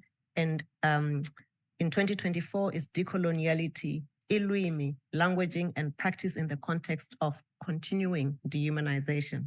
We have a number of PhD candidates who are doing this work. So that was my brief to indicate that we need, if we are serious about this work, have clear goals that meet real needs, that the theory of change is an important part of MNE. Intersectoral collaboration is critical, but this has to be clarity of roles to create an environment. And I've indicated these key structures, this key organs of state, but also the ministry. And I think we can do this if we are serious. Thank you.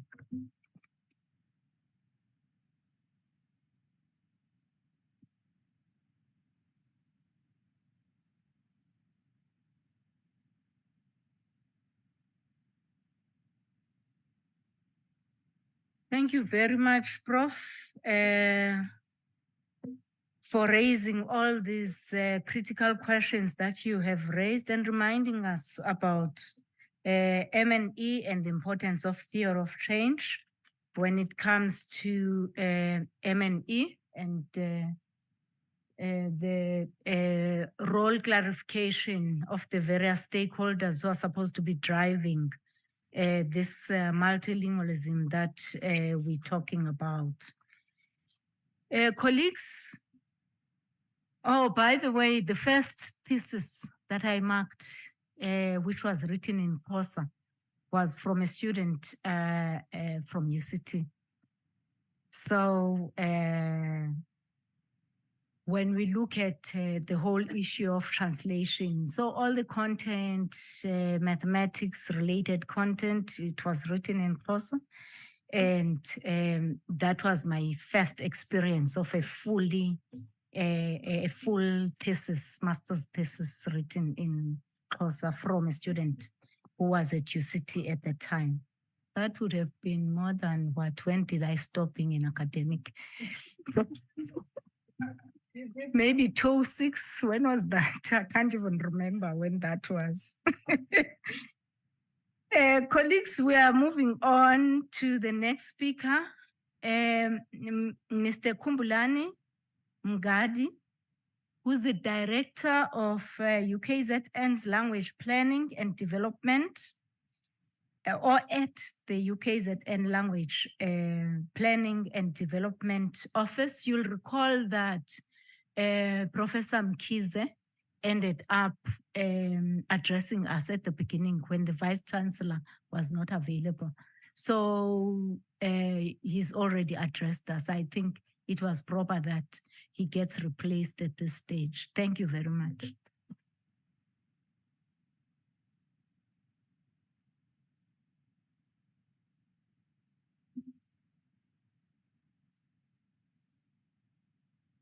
Program Director, Dr. Matutu. VC is present. DVC is present.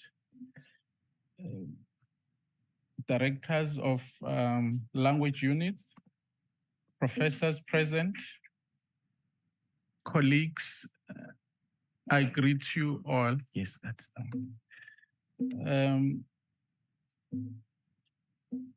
Yes, yeah. I'm going to be sharing with you our UKZN experience, and it's not perfect, but we are learning every day. I'm presenting with my colleague, Dr. Brenda Tigama, who is our UKZN language champion for the College of Health Sciences. Two things that I need to highlight before I do this presentation. One is the recognition of my two predecessors, and they are here. It's Professor Langa Khumalo, as well as Professor Makhubu Badenhorst. They did a sterling job, and I'm hoping to continue from where they left off.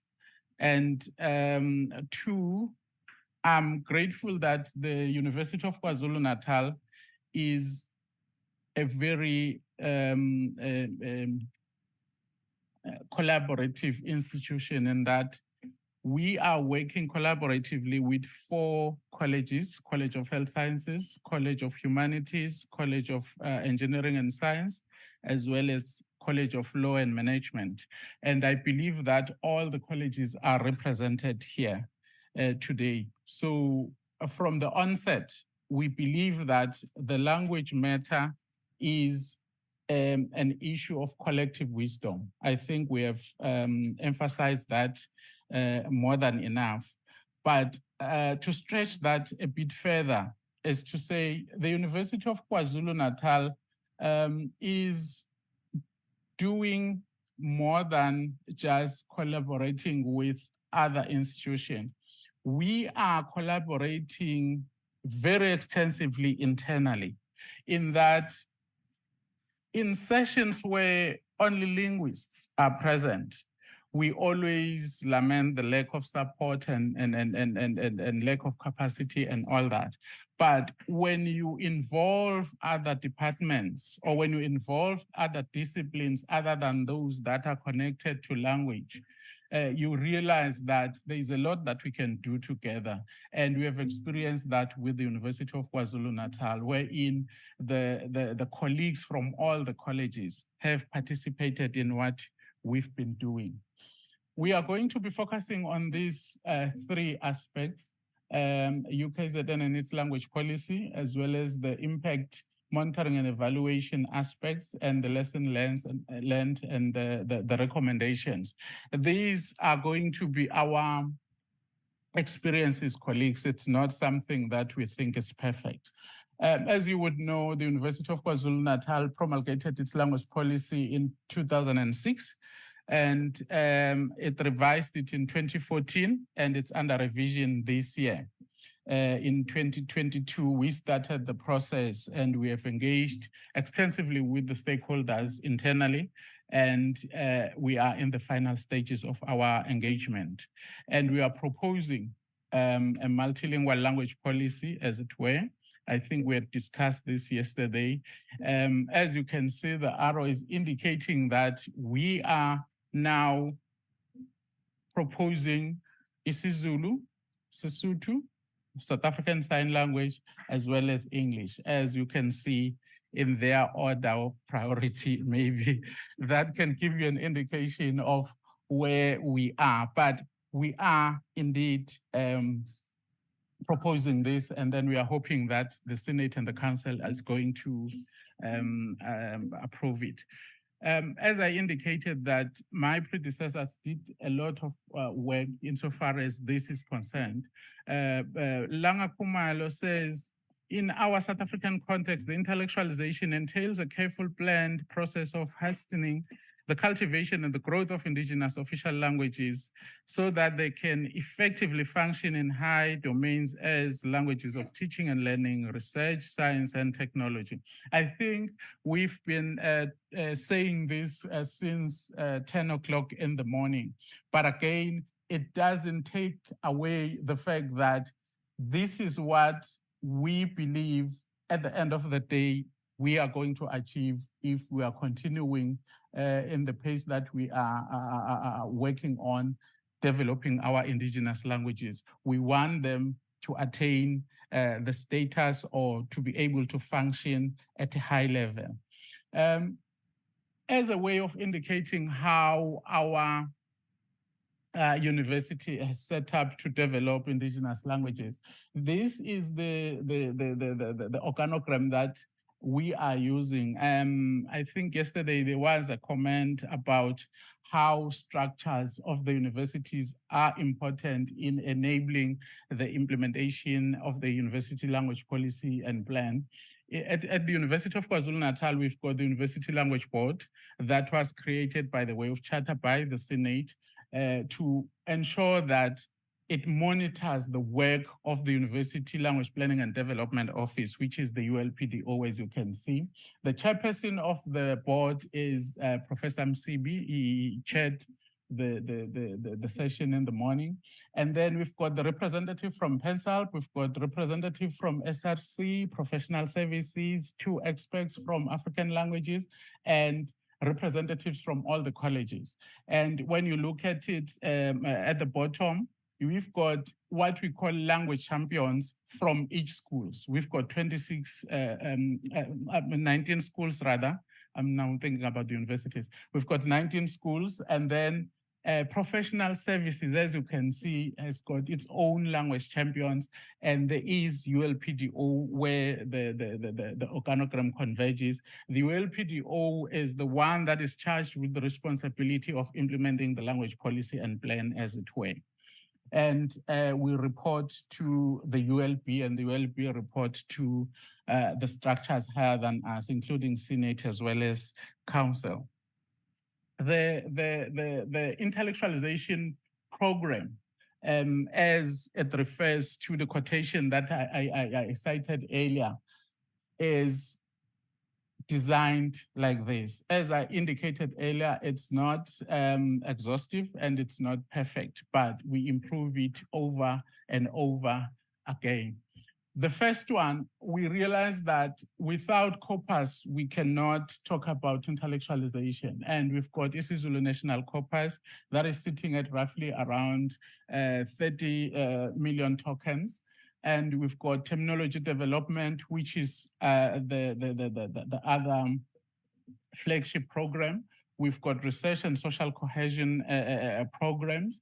In research and social cohesion programs, I think we are going to be touching on how we use it for monitoring and evaluation of what we are doing. And under social cohesion, we've got programs other than those that are proposed now. The isiSotho language has been introduced, I think, in the past 6 or 7 years, wherein the students at residences are taught isiSotho, and they are taught for main 2 reasons. 1, that's for social cohesion, and then 2 is the appreciation of multilingualism that we are talking about. And oftentimes when you talk about the KwaZulu-Natal people, they are known for not willing to learn other languages, but now we are taking it from ground zero to say the students are going to be different from us, and they are going to be learning the languages other than isiZulu, isiXhosa, and isiSwati.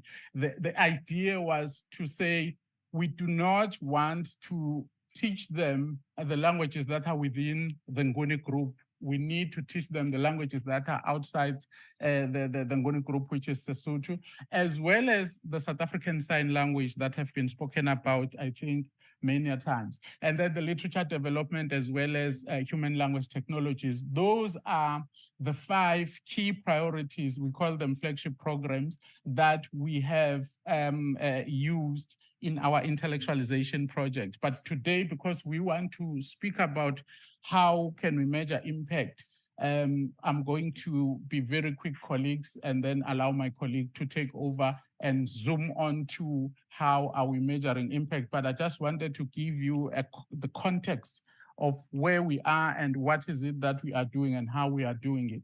We believe that language is key to student access and success, as well as total experience. University of KwaZulu-Natal prides itself for being the University of African Scholarship with a mission that says we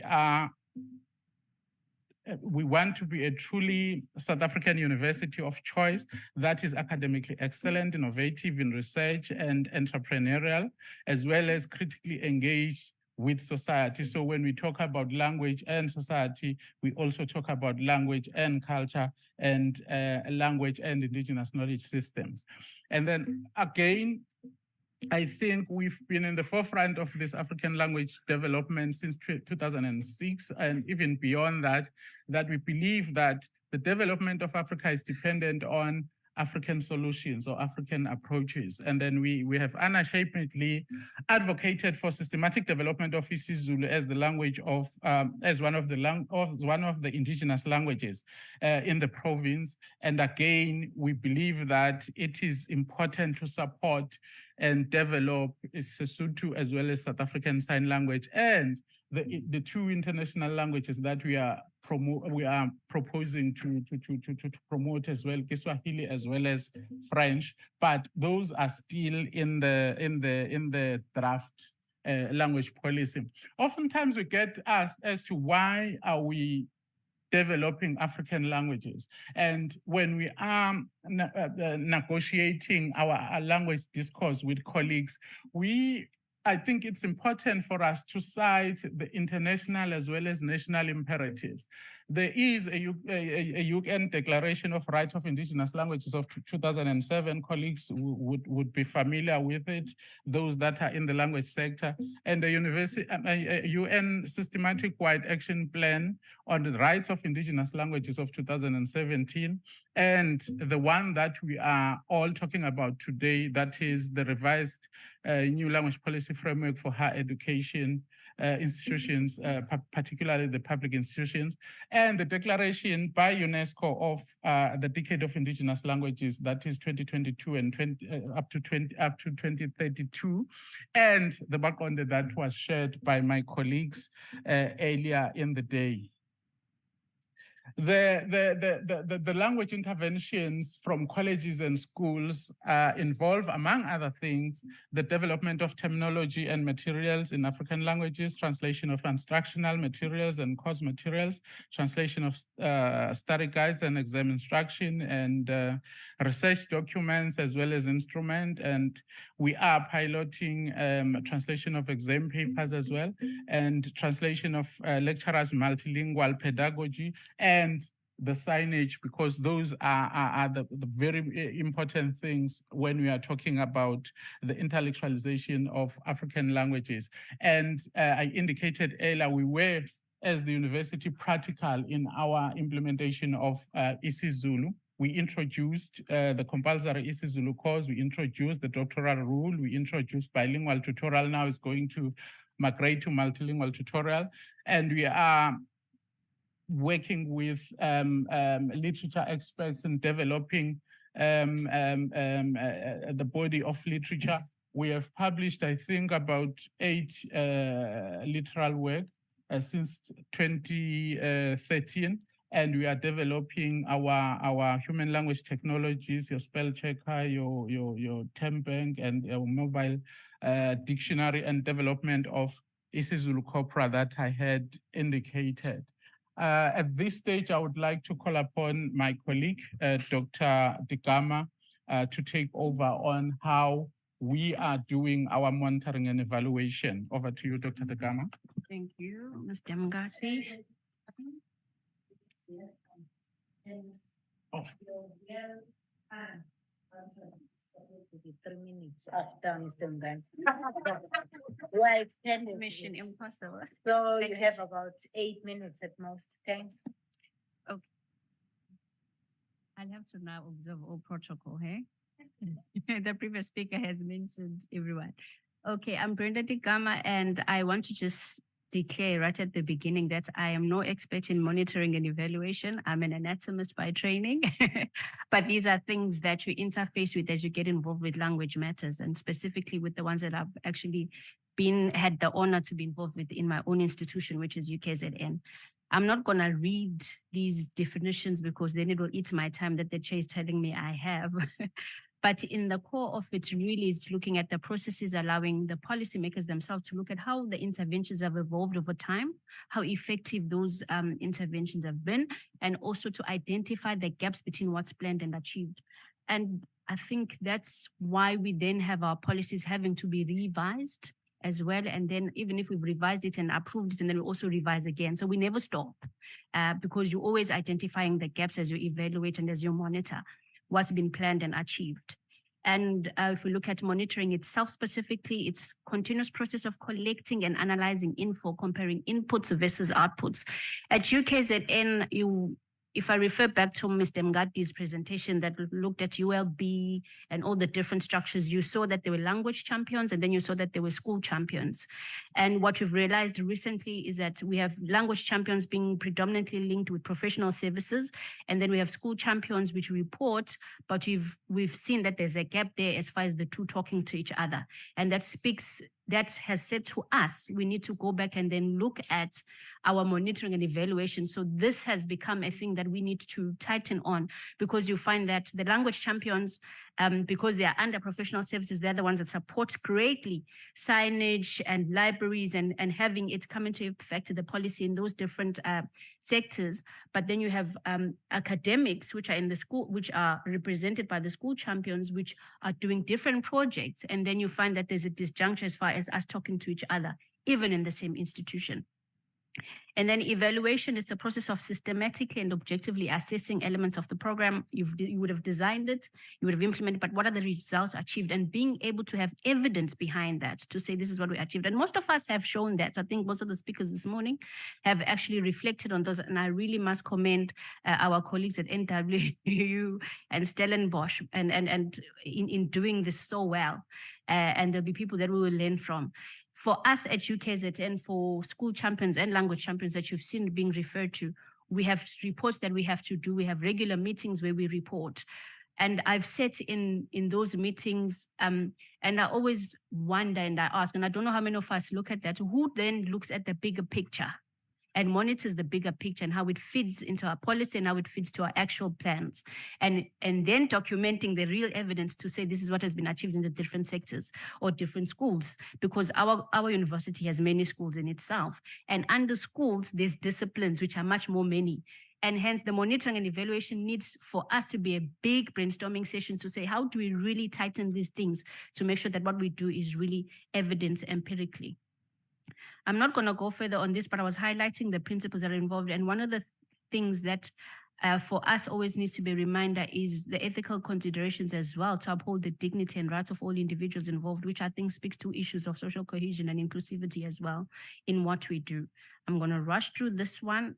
These are stakeholders that we've been working with. And I was very deliberate in putting the who, what, where, and when, and how. And I put, if you look at my where there, it's half bolded and the half is not bolded. And I was intentional in doing that, because our policies and our plans will say who's responsible, but where are they responsible to do that? And hence that sometimes it means there are other people under that actual portfolio that need to actually action out and implement things. And sometimes that is not properly monitored and evaluated. And the how tends to be limited to not be so elaborated. And it falls under the people. So our stakeholders have helped us at UKZN in ensuring that we do the who and the what and the things that we do.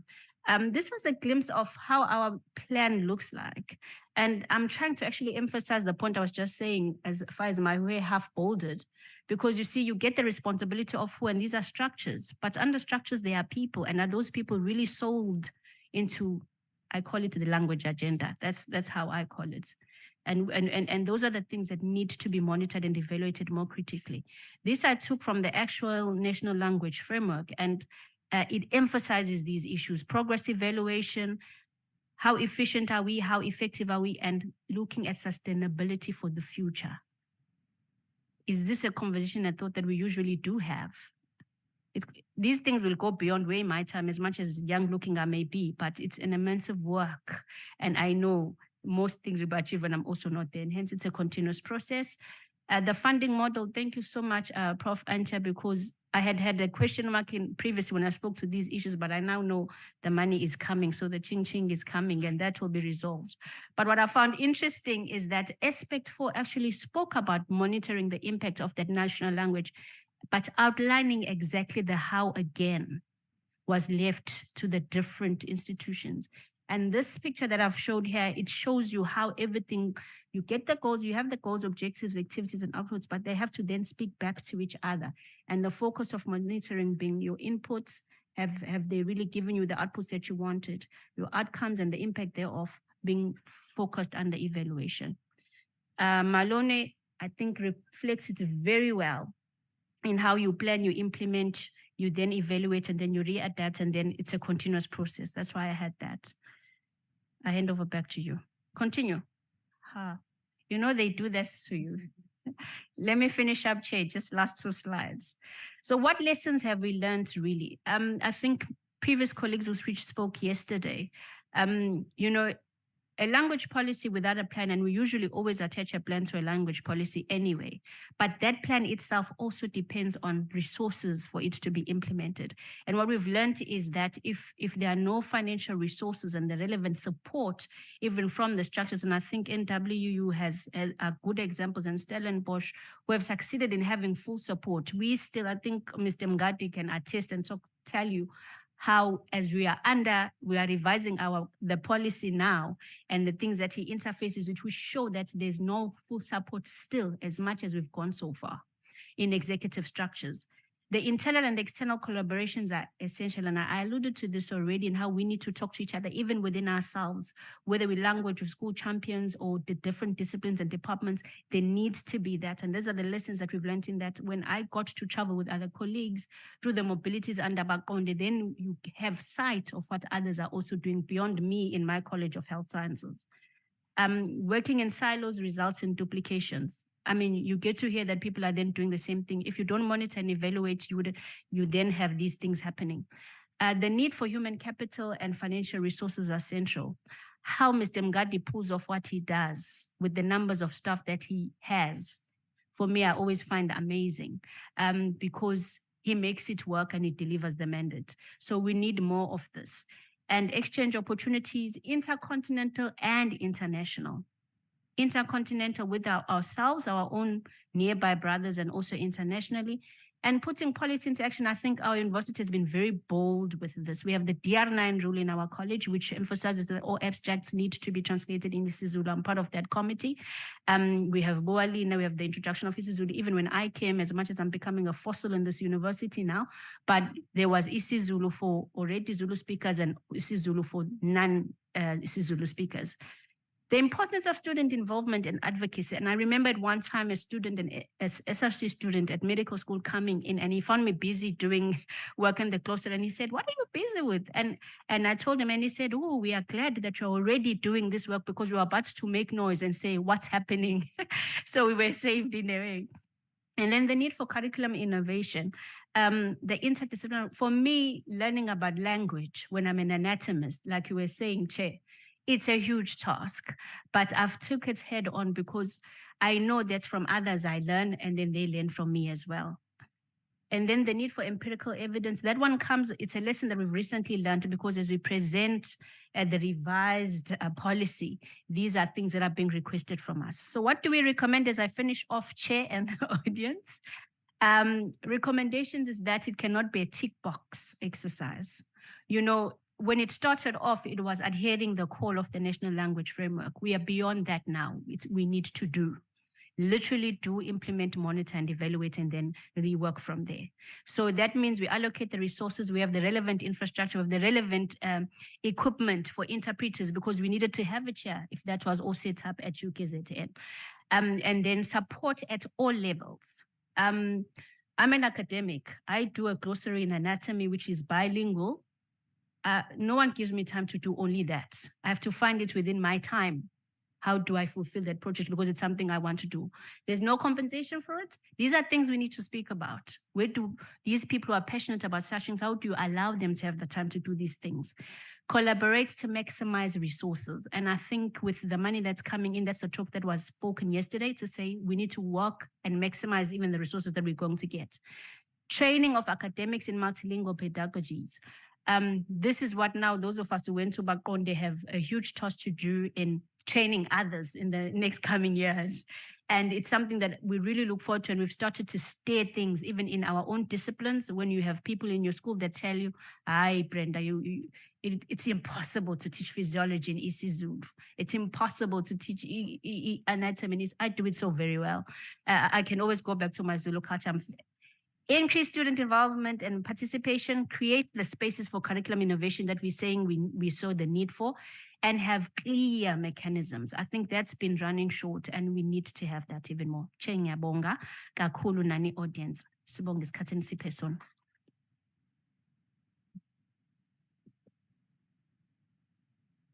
Thank you very much to the team, which has just presented now. Very informative and very useful engagements. The key problem is that when you have a last session like this, people just, when it's time to go, they just get up and they go. And what do? That's the last speaker who's supposed to be bearing the brunt of a chair who has not managed the time well. Colleagues, rather than me asking the questions that I wanted to ask, I think let me give you an opportunity to do so. I'll take the first 3 questions and we'll take it from there. Yes, one.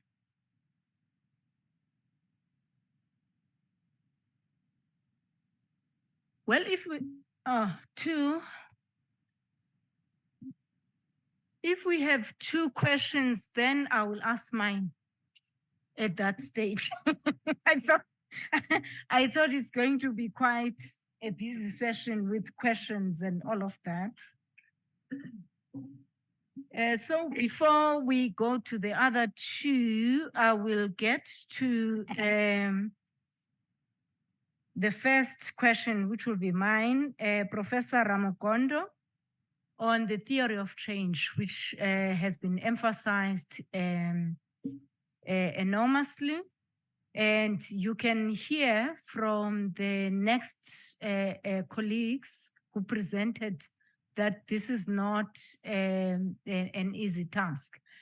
We need to understand if there is a clear way of ensuring this theory of change at planning stage. That is the first one. How do we do that, Professor Ramokondo? And then I'll take the other 2 questions immediately. Yes. Please introduce yourself first.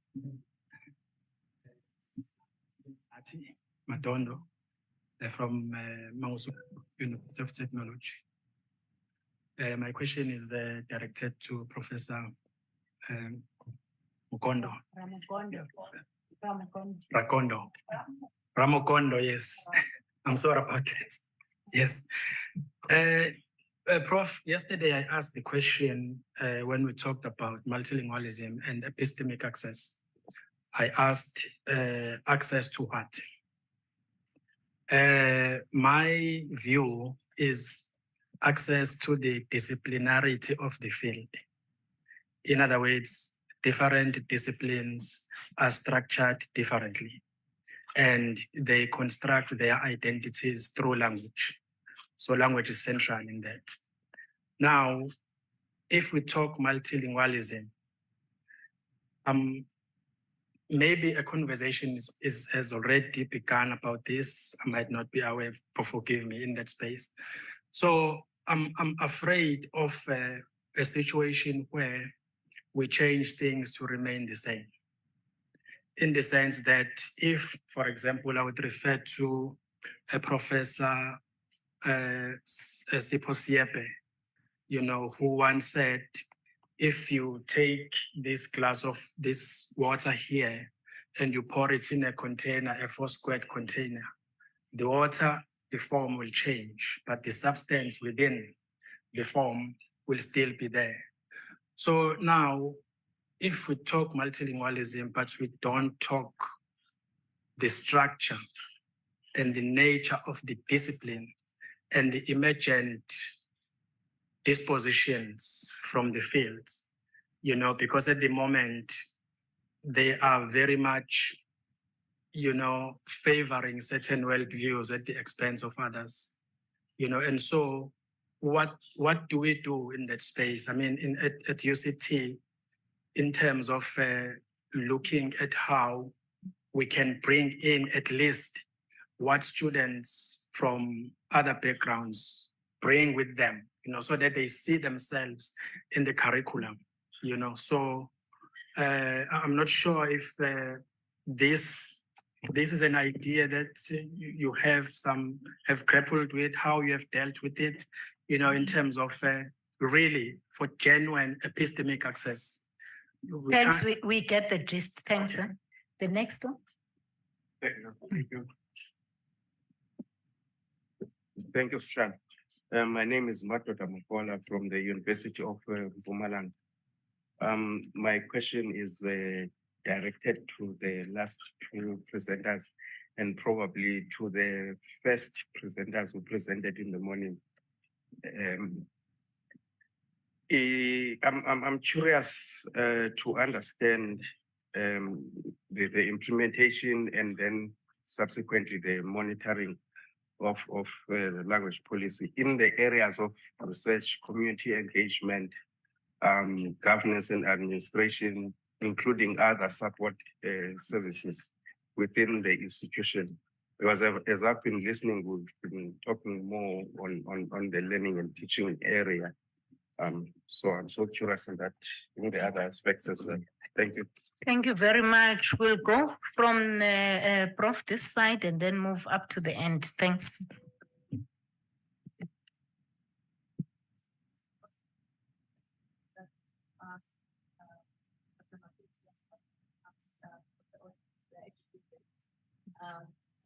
Theory of change, as I said. Why? Is it not? No, it's not. Yeah. Okay, I think now it's off. Yeah. So I was saying the two questions that we asked are related, and that the theory of change, as I said, attends to the why question. It's a very difficult question to go to. People often stick with the what, when, where, how. Because the why takes you to that place where you must reckon with reality. You have to look around and say exactly what is happening, but why? Why is it so? And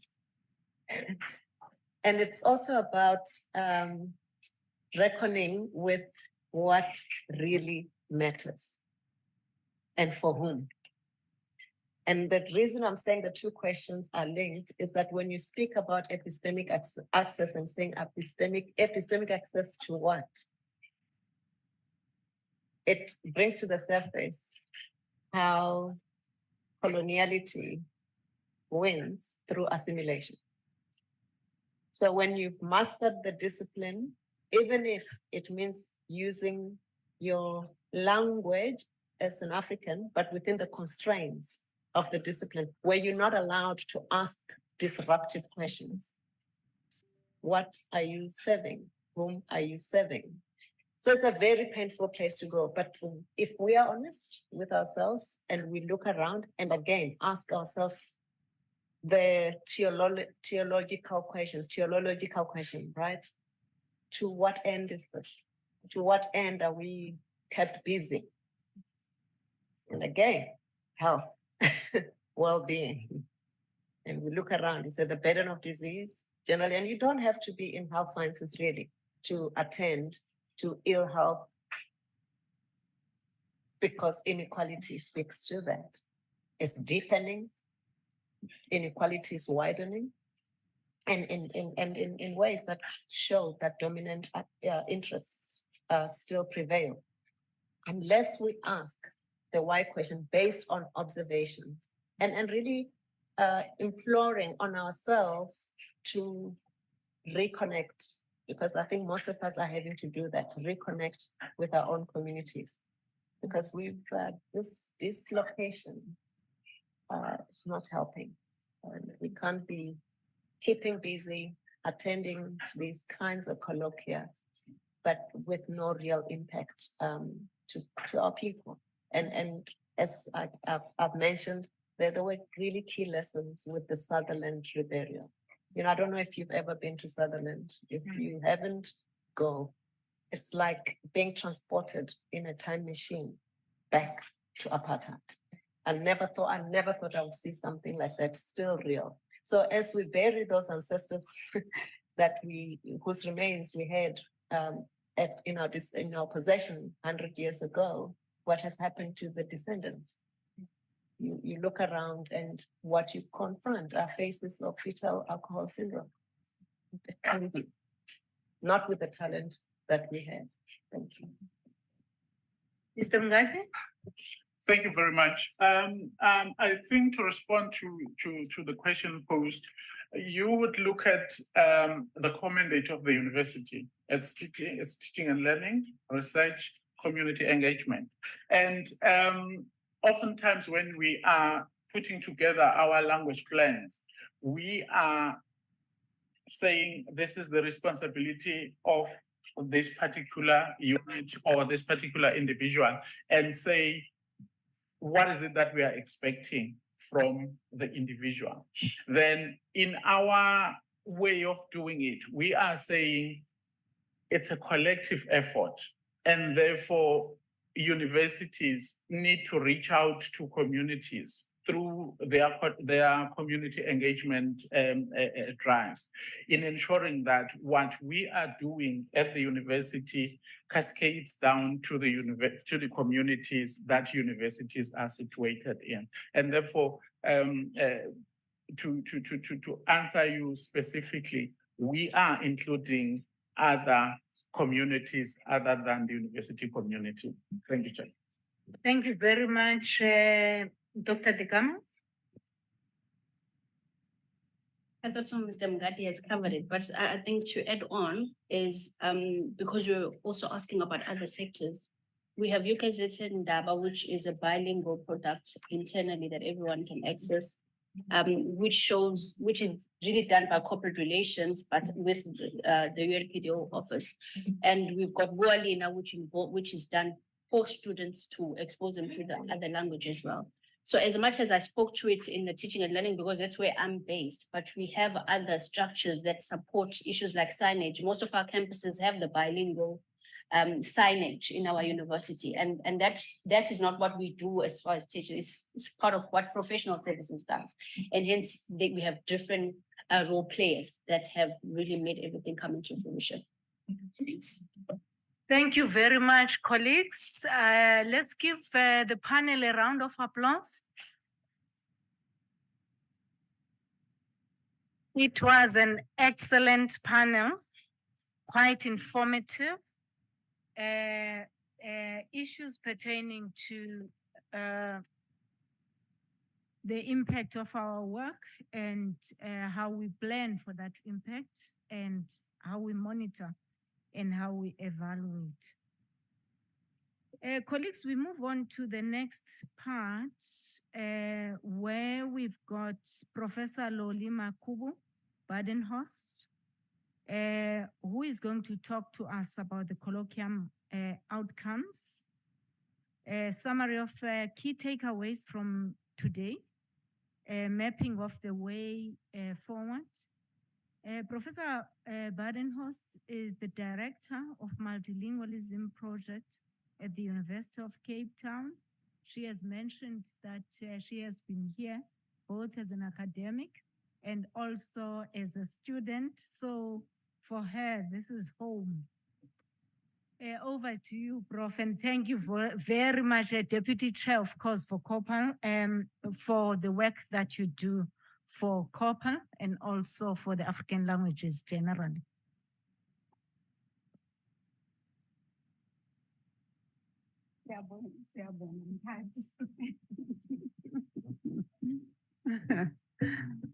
I know it's the graveyard session.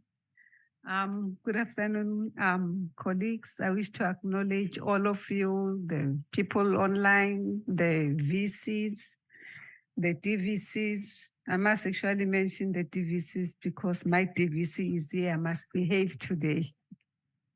And the DVCs, and also to my other boss at Kopal, Kwa Yusuf. Oh, Dr. Matutu. It's so difficult for me to look at her and actually speak in English. I just switch. It's just natural. I don't know, even in a formal setting, I'm not sure if she does realize that, but it's just difficult for me to do that. And I wish to acknowledge everybody, Sadila, language experts, colleagues, people from various institutions, and most importantly, the students. And the technicians, I wish to acknowledge you because without you, we wouldn't be here. I will just be brief in this regard. And Chair, I know that you've only called me, but my other boss at Kopal said that, ngoba uyasukuma, salusuthatha konke nje. So I'm being abused and coerced.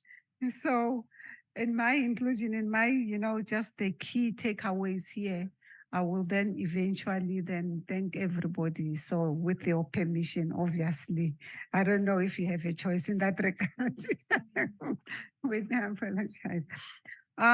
We started off today, yesterday, and this morning when we started in terms of the takeaways for me and for us as COPAL and for me in particular. And this morning, Chief Mabizela, my partner, don't ask where, how, but he's my partner and he knows that. He gave us the theme and the sub-themes for this colloquium and spoke about the other two colloquia that we've had, and also the key in today's proceedings, and indicated that today's focus will actually touch on impact monitoring and evaluation. And he highlighted on the journey that started with the round table, and that round table was not round. And I was looking at all the tables we're sitting on, they're not round anyway. So don't be surprised. So, but anyway, but the point that he was making is that, it's been a long journey, but he was actually then glad that he's seeing the achievements in that regard. That's how I read it, coming into fruition in his lifetime or in our lifetime as well.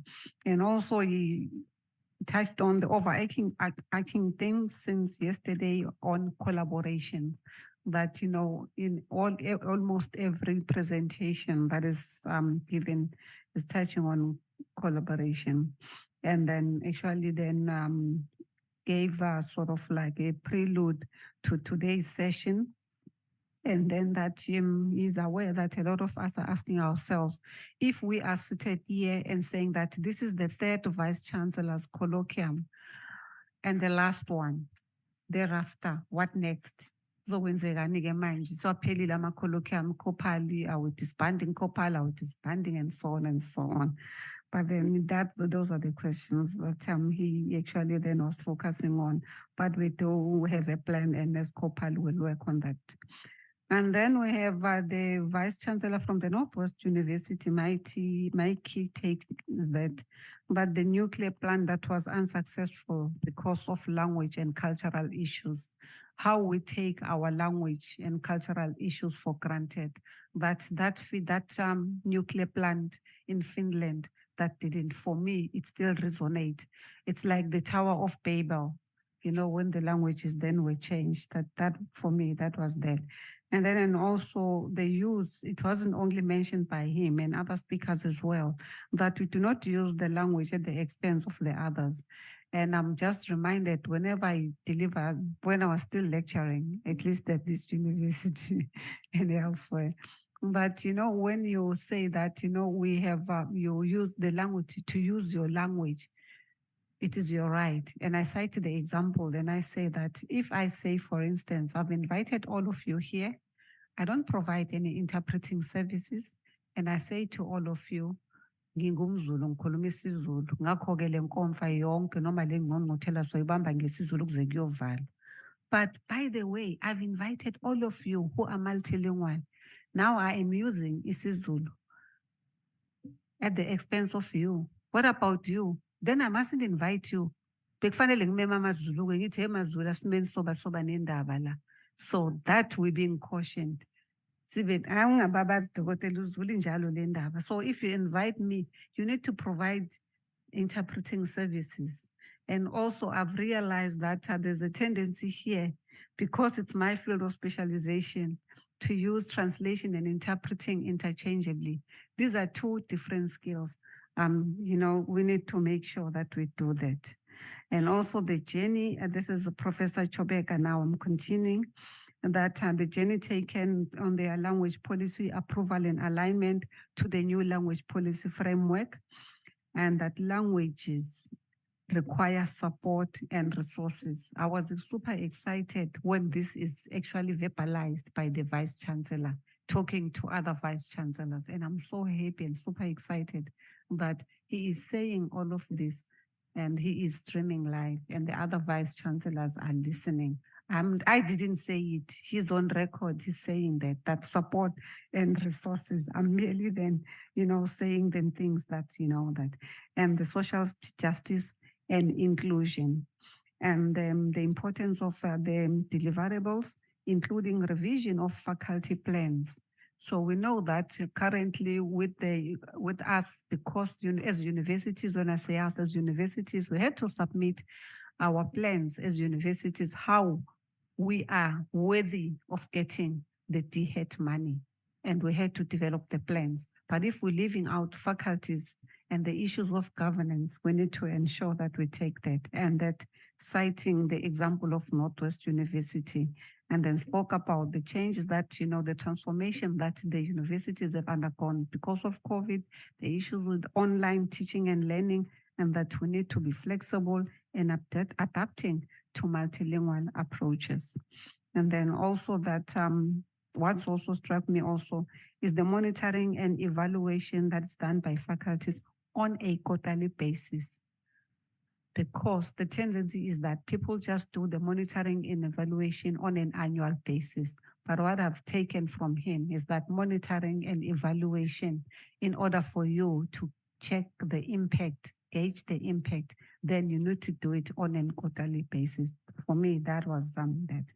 And also that awareness about multilingualism creates the sense of belonging, that we belong. We feel that we belong. When I'm using your language as a student, or be it you're a staff member in a staff meeting, mass meeting, the students, so you really feel I really do belong. And then we had Professor van der Merwe, who's the director from the Stellenbosch University, who took us the journey that Stellenbosch University undergone through their language policy implementation. And what struck me is the buy-in and the mind shift, the buy-in from both staff and students, because colleagues, without the buy-in from our colleagues, we can preach here until our faces become blue, because we are talking here probably to the converted, but we need buy-in from the fellow academics who are not in the field of languages. So that was my take home then for from Professor Dr. van der Merwe.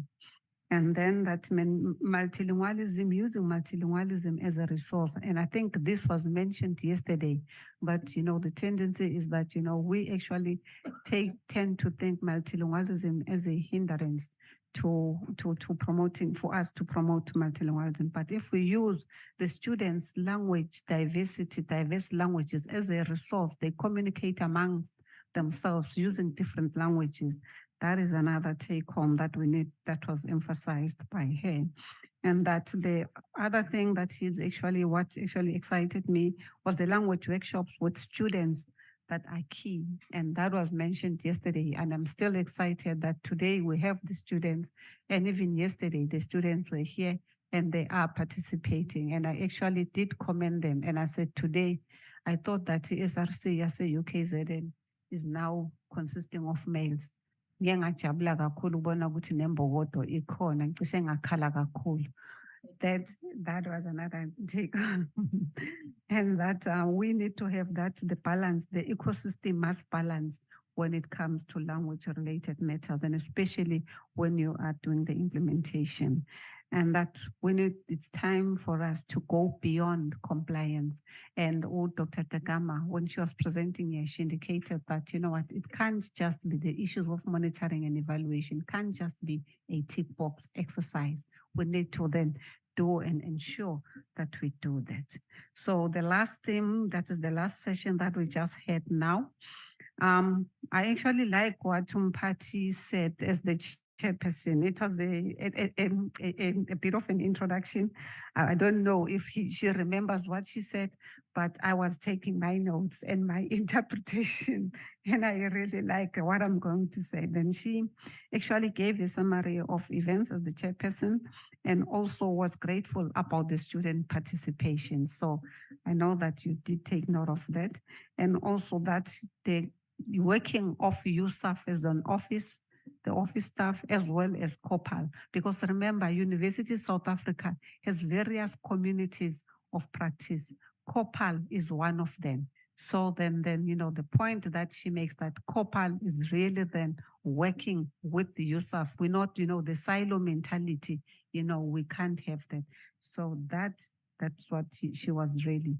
And then also social cohesion, equity, and inclusion in terms of languages and in every way. And then also the question that she posed to us, and that got me thinking also, is that what are our indicators? We say that we'll do this and so on, but how do we measure that? What are the indicators for us to say that, okay, multilingualism is fully fledged, we're halfway or somewhere and so on. What are our indicators? And that's what we need to take home as COPAL.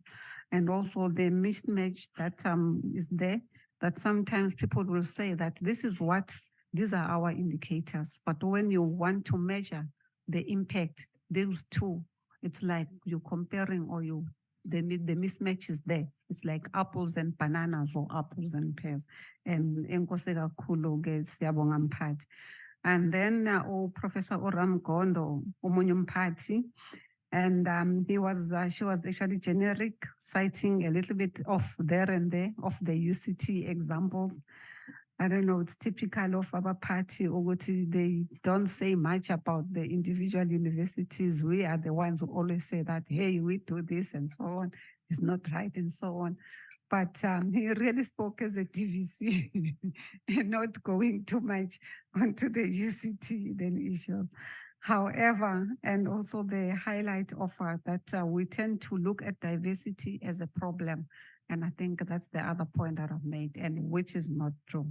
And also the take home that for me, actually, that struck me most is that the audit of the COPAL participants and how many languages are there. So then for me, then we need to consider that.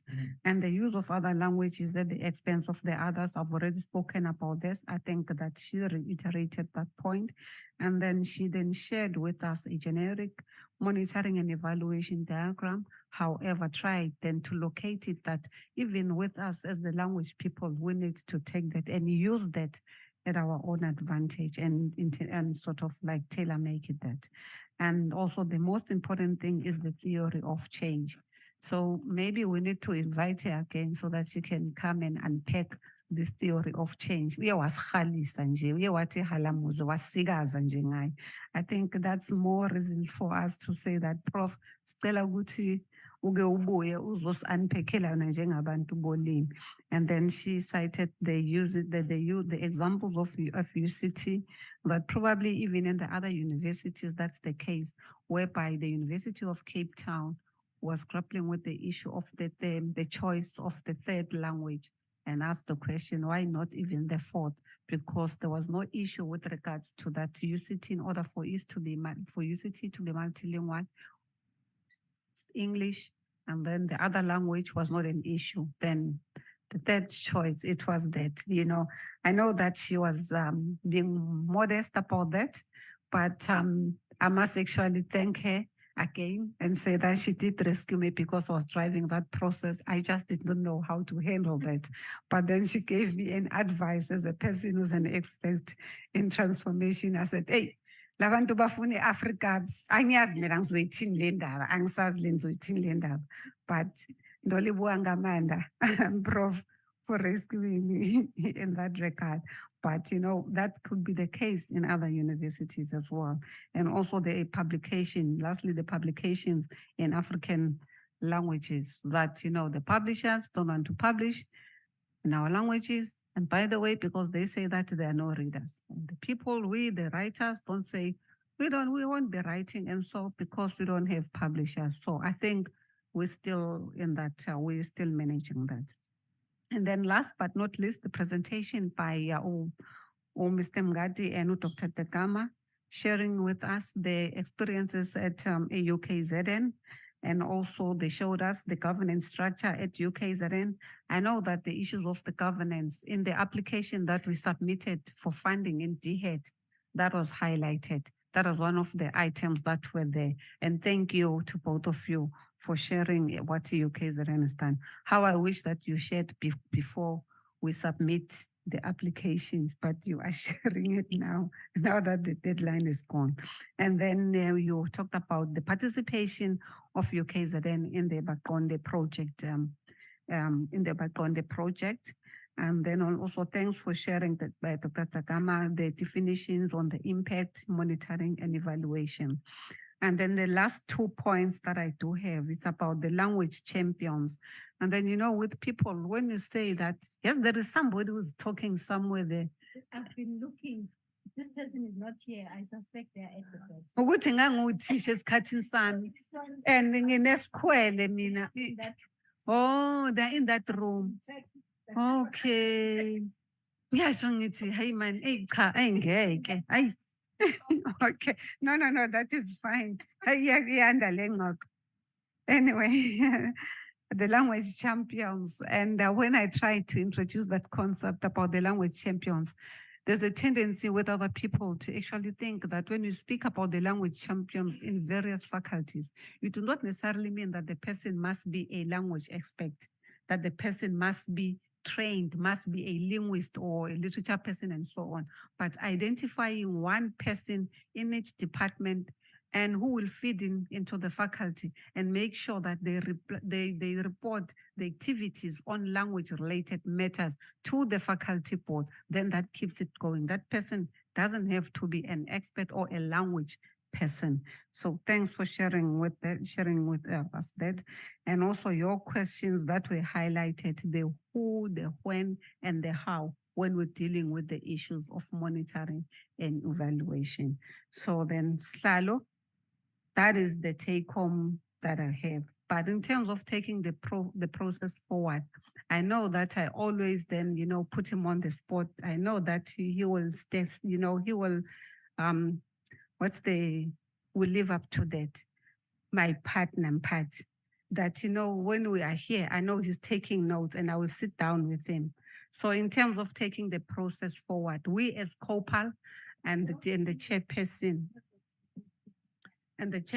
I know that Chief will duty us. He's very good at these things in terms of saying that the people have spoken, you've heard the colloquium, so therefore doing that. So because here we are diverse, we're not necessarily members of COPAL, so we've listened to you and we've listened to the colloquium and everything else. So we'll write a report and then we'll take the process and deliberate as the 26 universities of the country and then make the recommendations. And I'm sure that will be publicized in terms of that. I think for me, if I summarize it, that Chief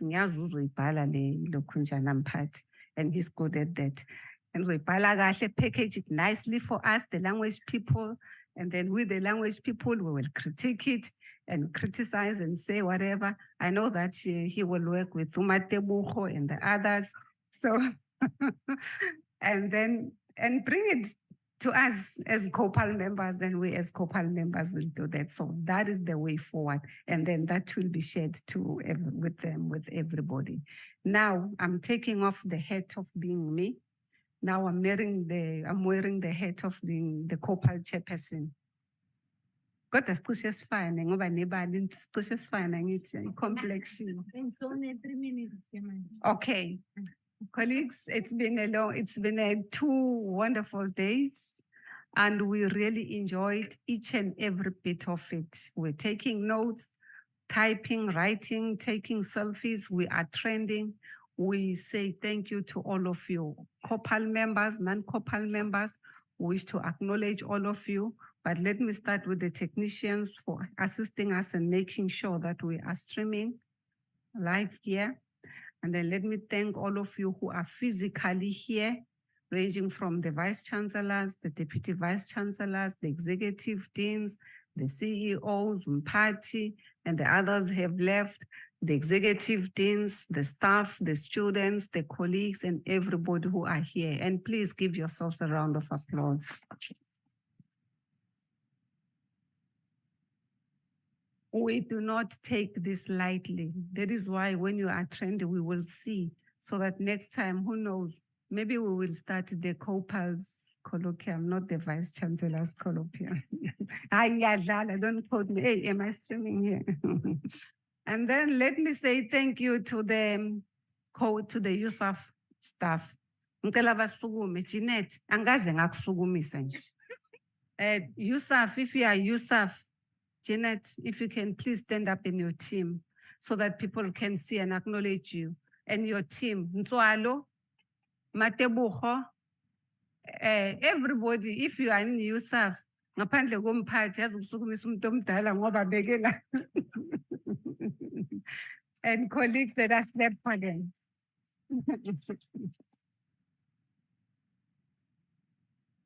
Thank you so much. So people then can see, you know, it's nice to match the face and the emails and the exchange and so on. You know, we do not acknowledge people who have assisted us in coming where we are now.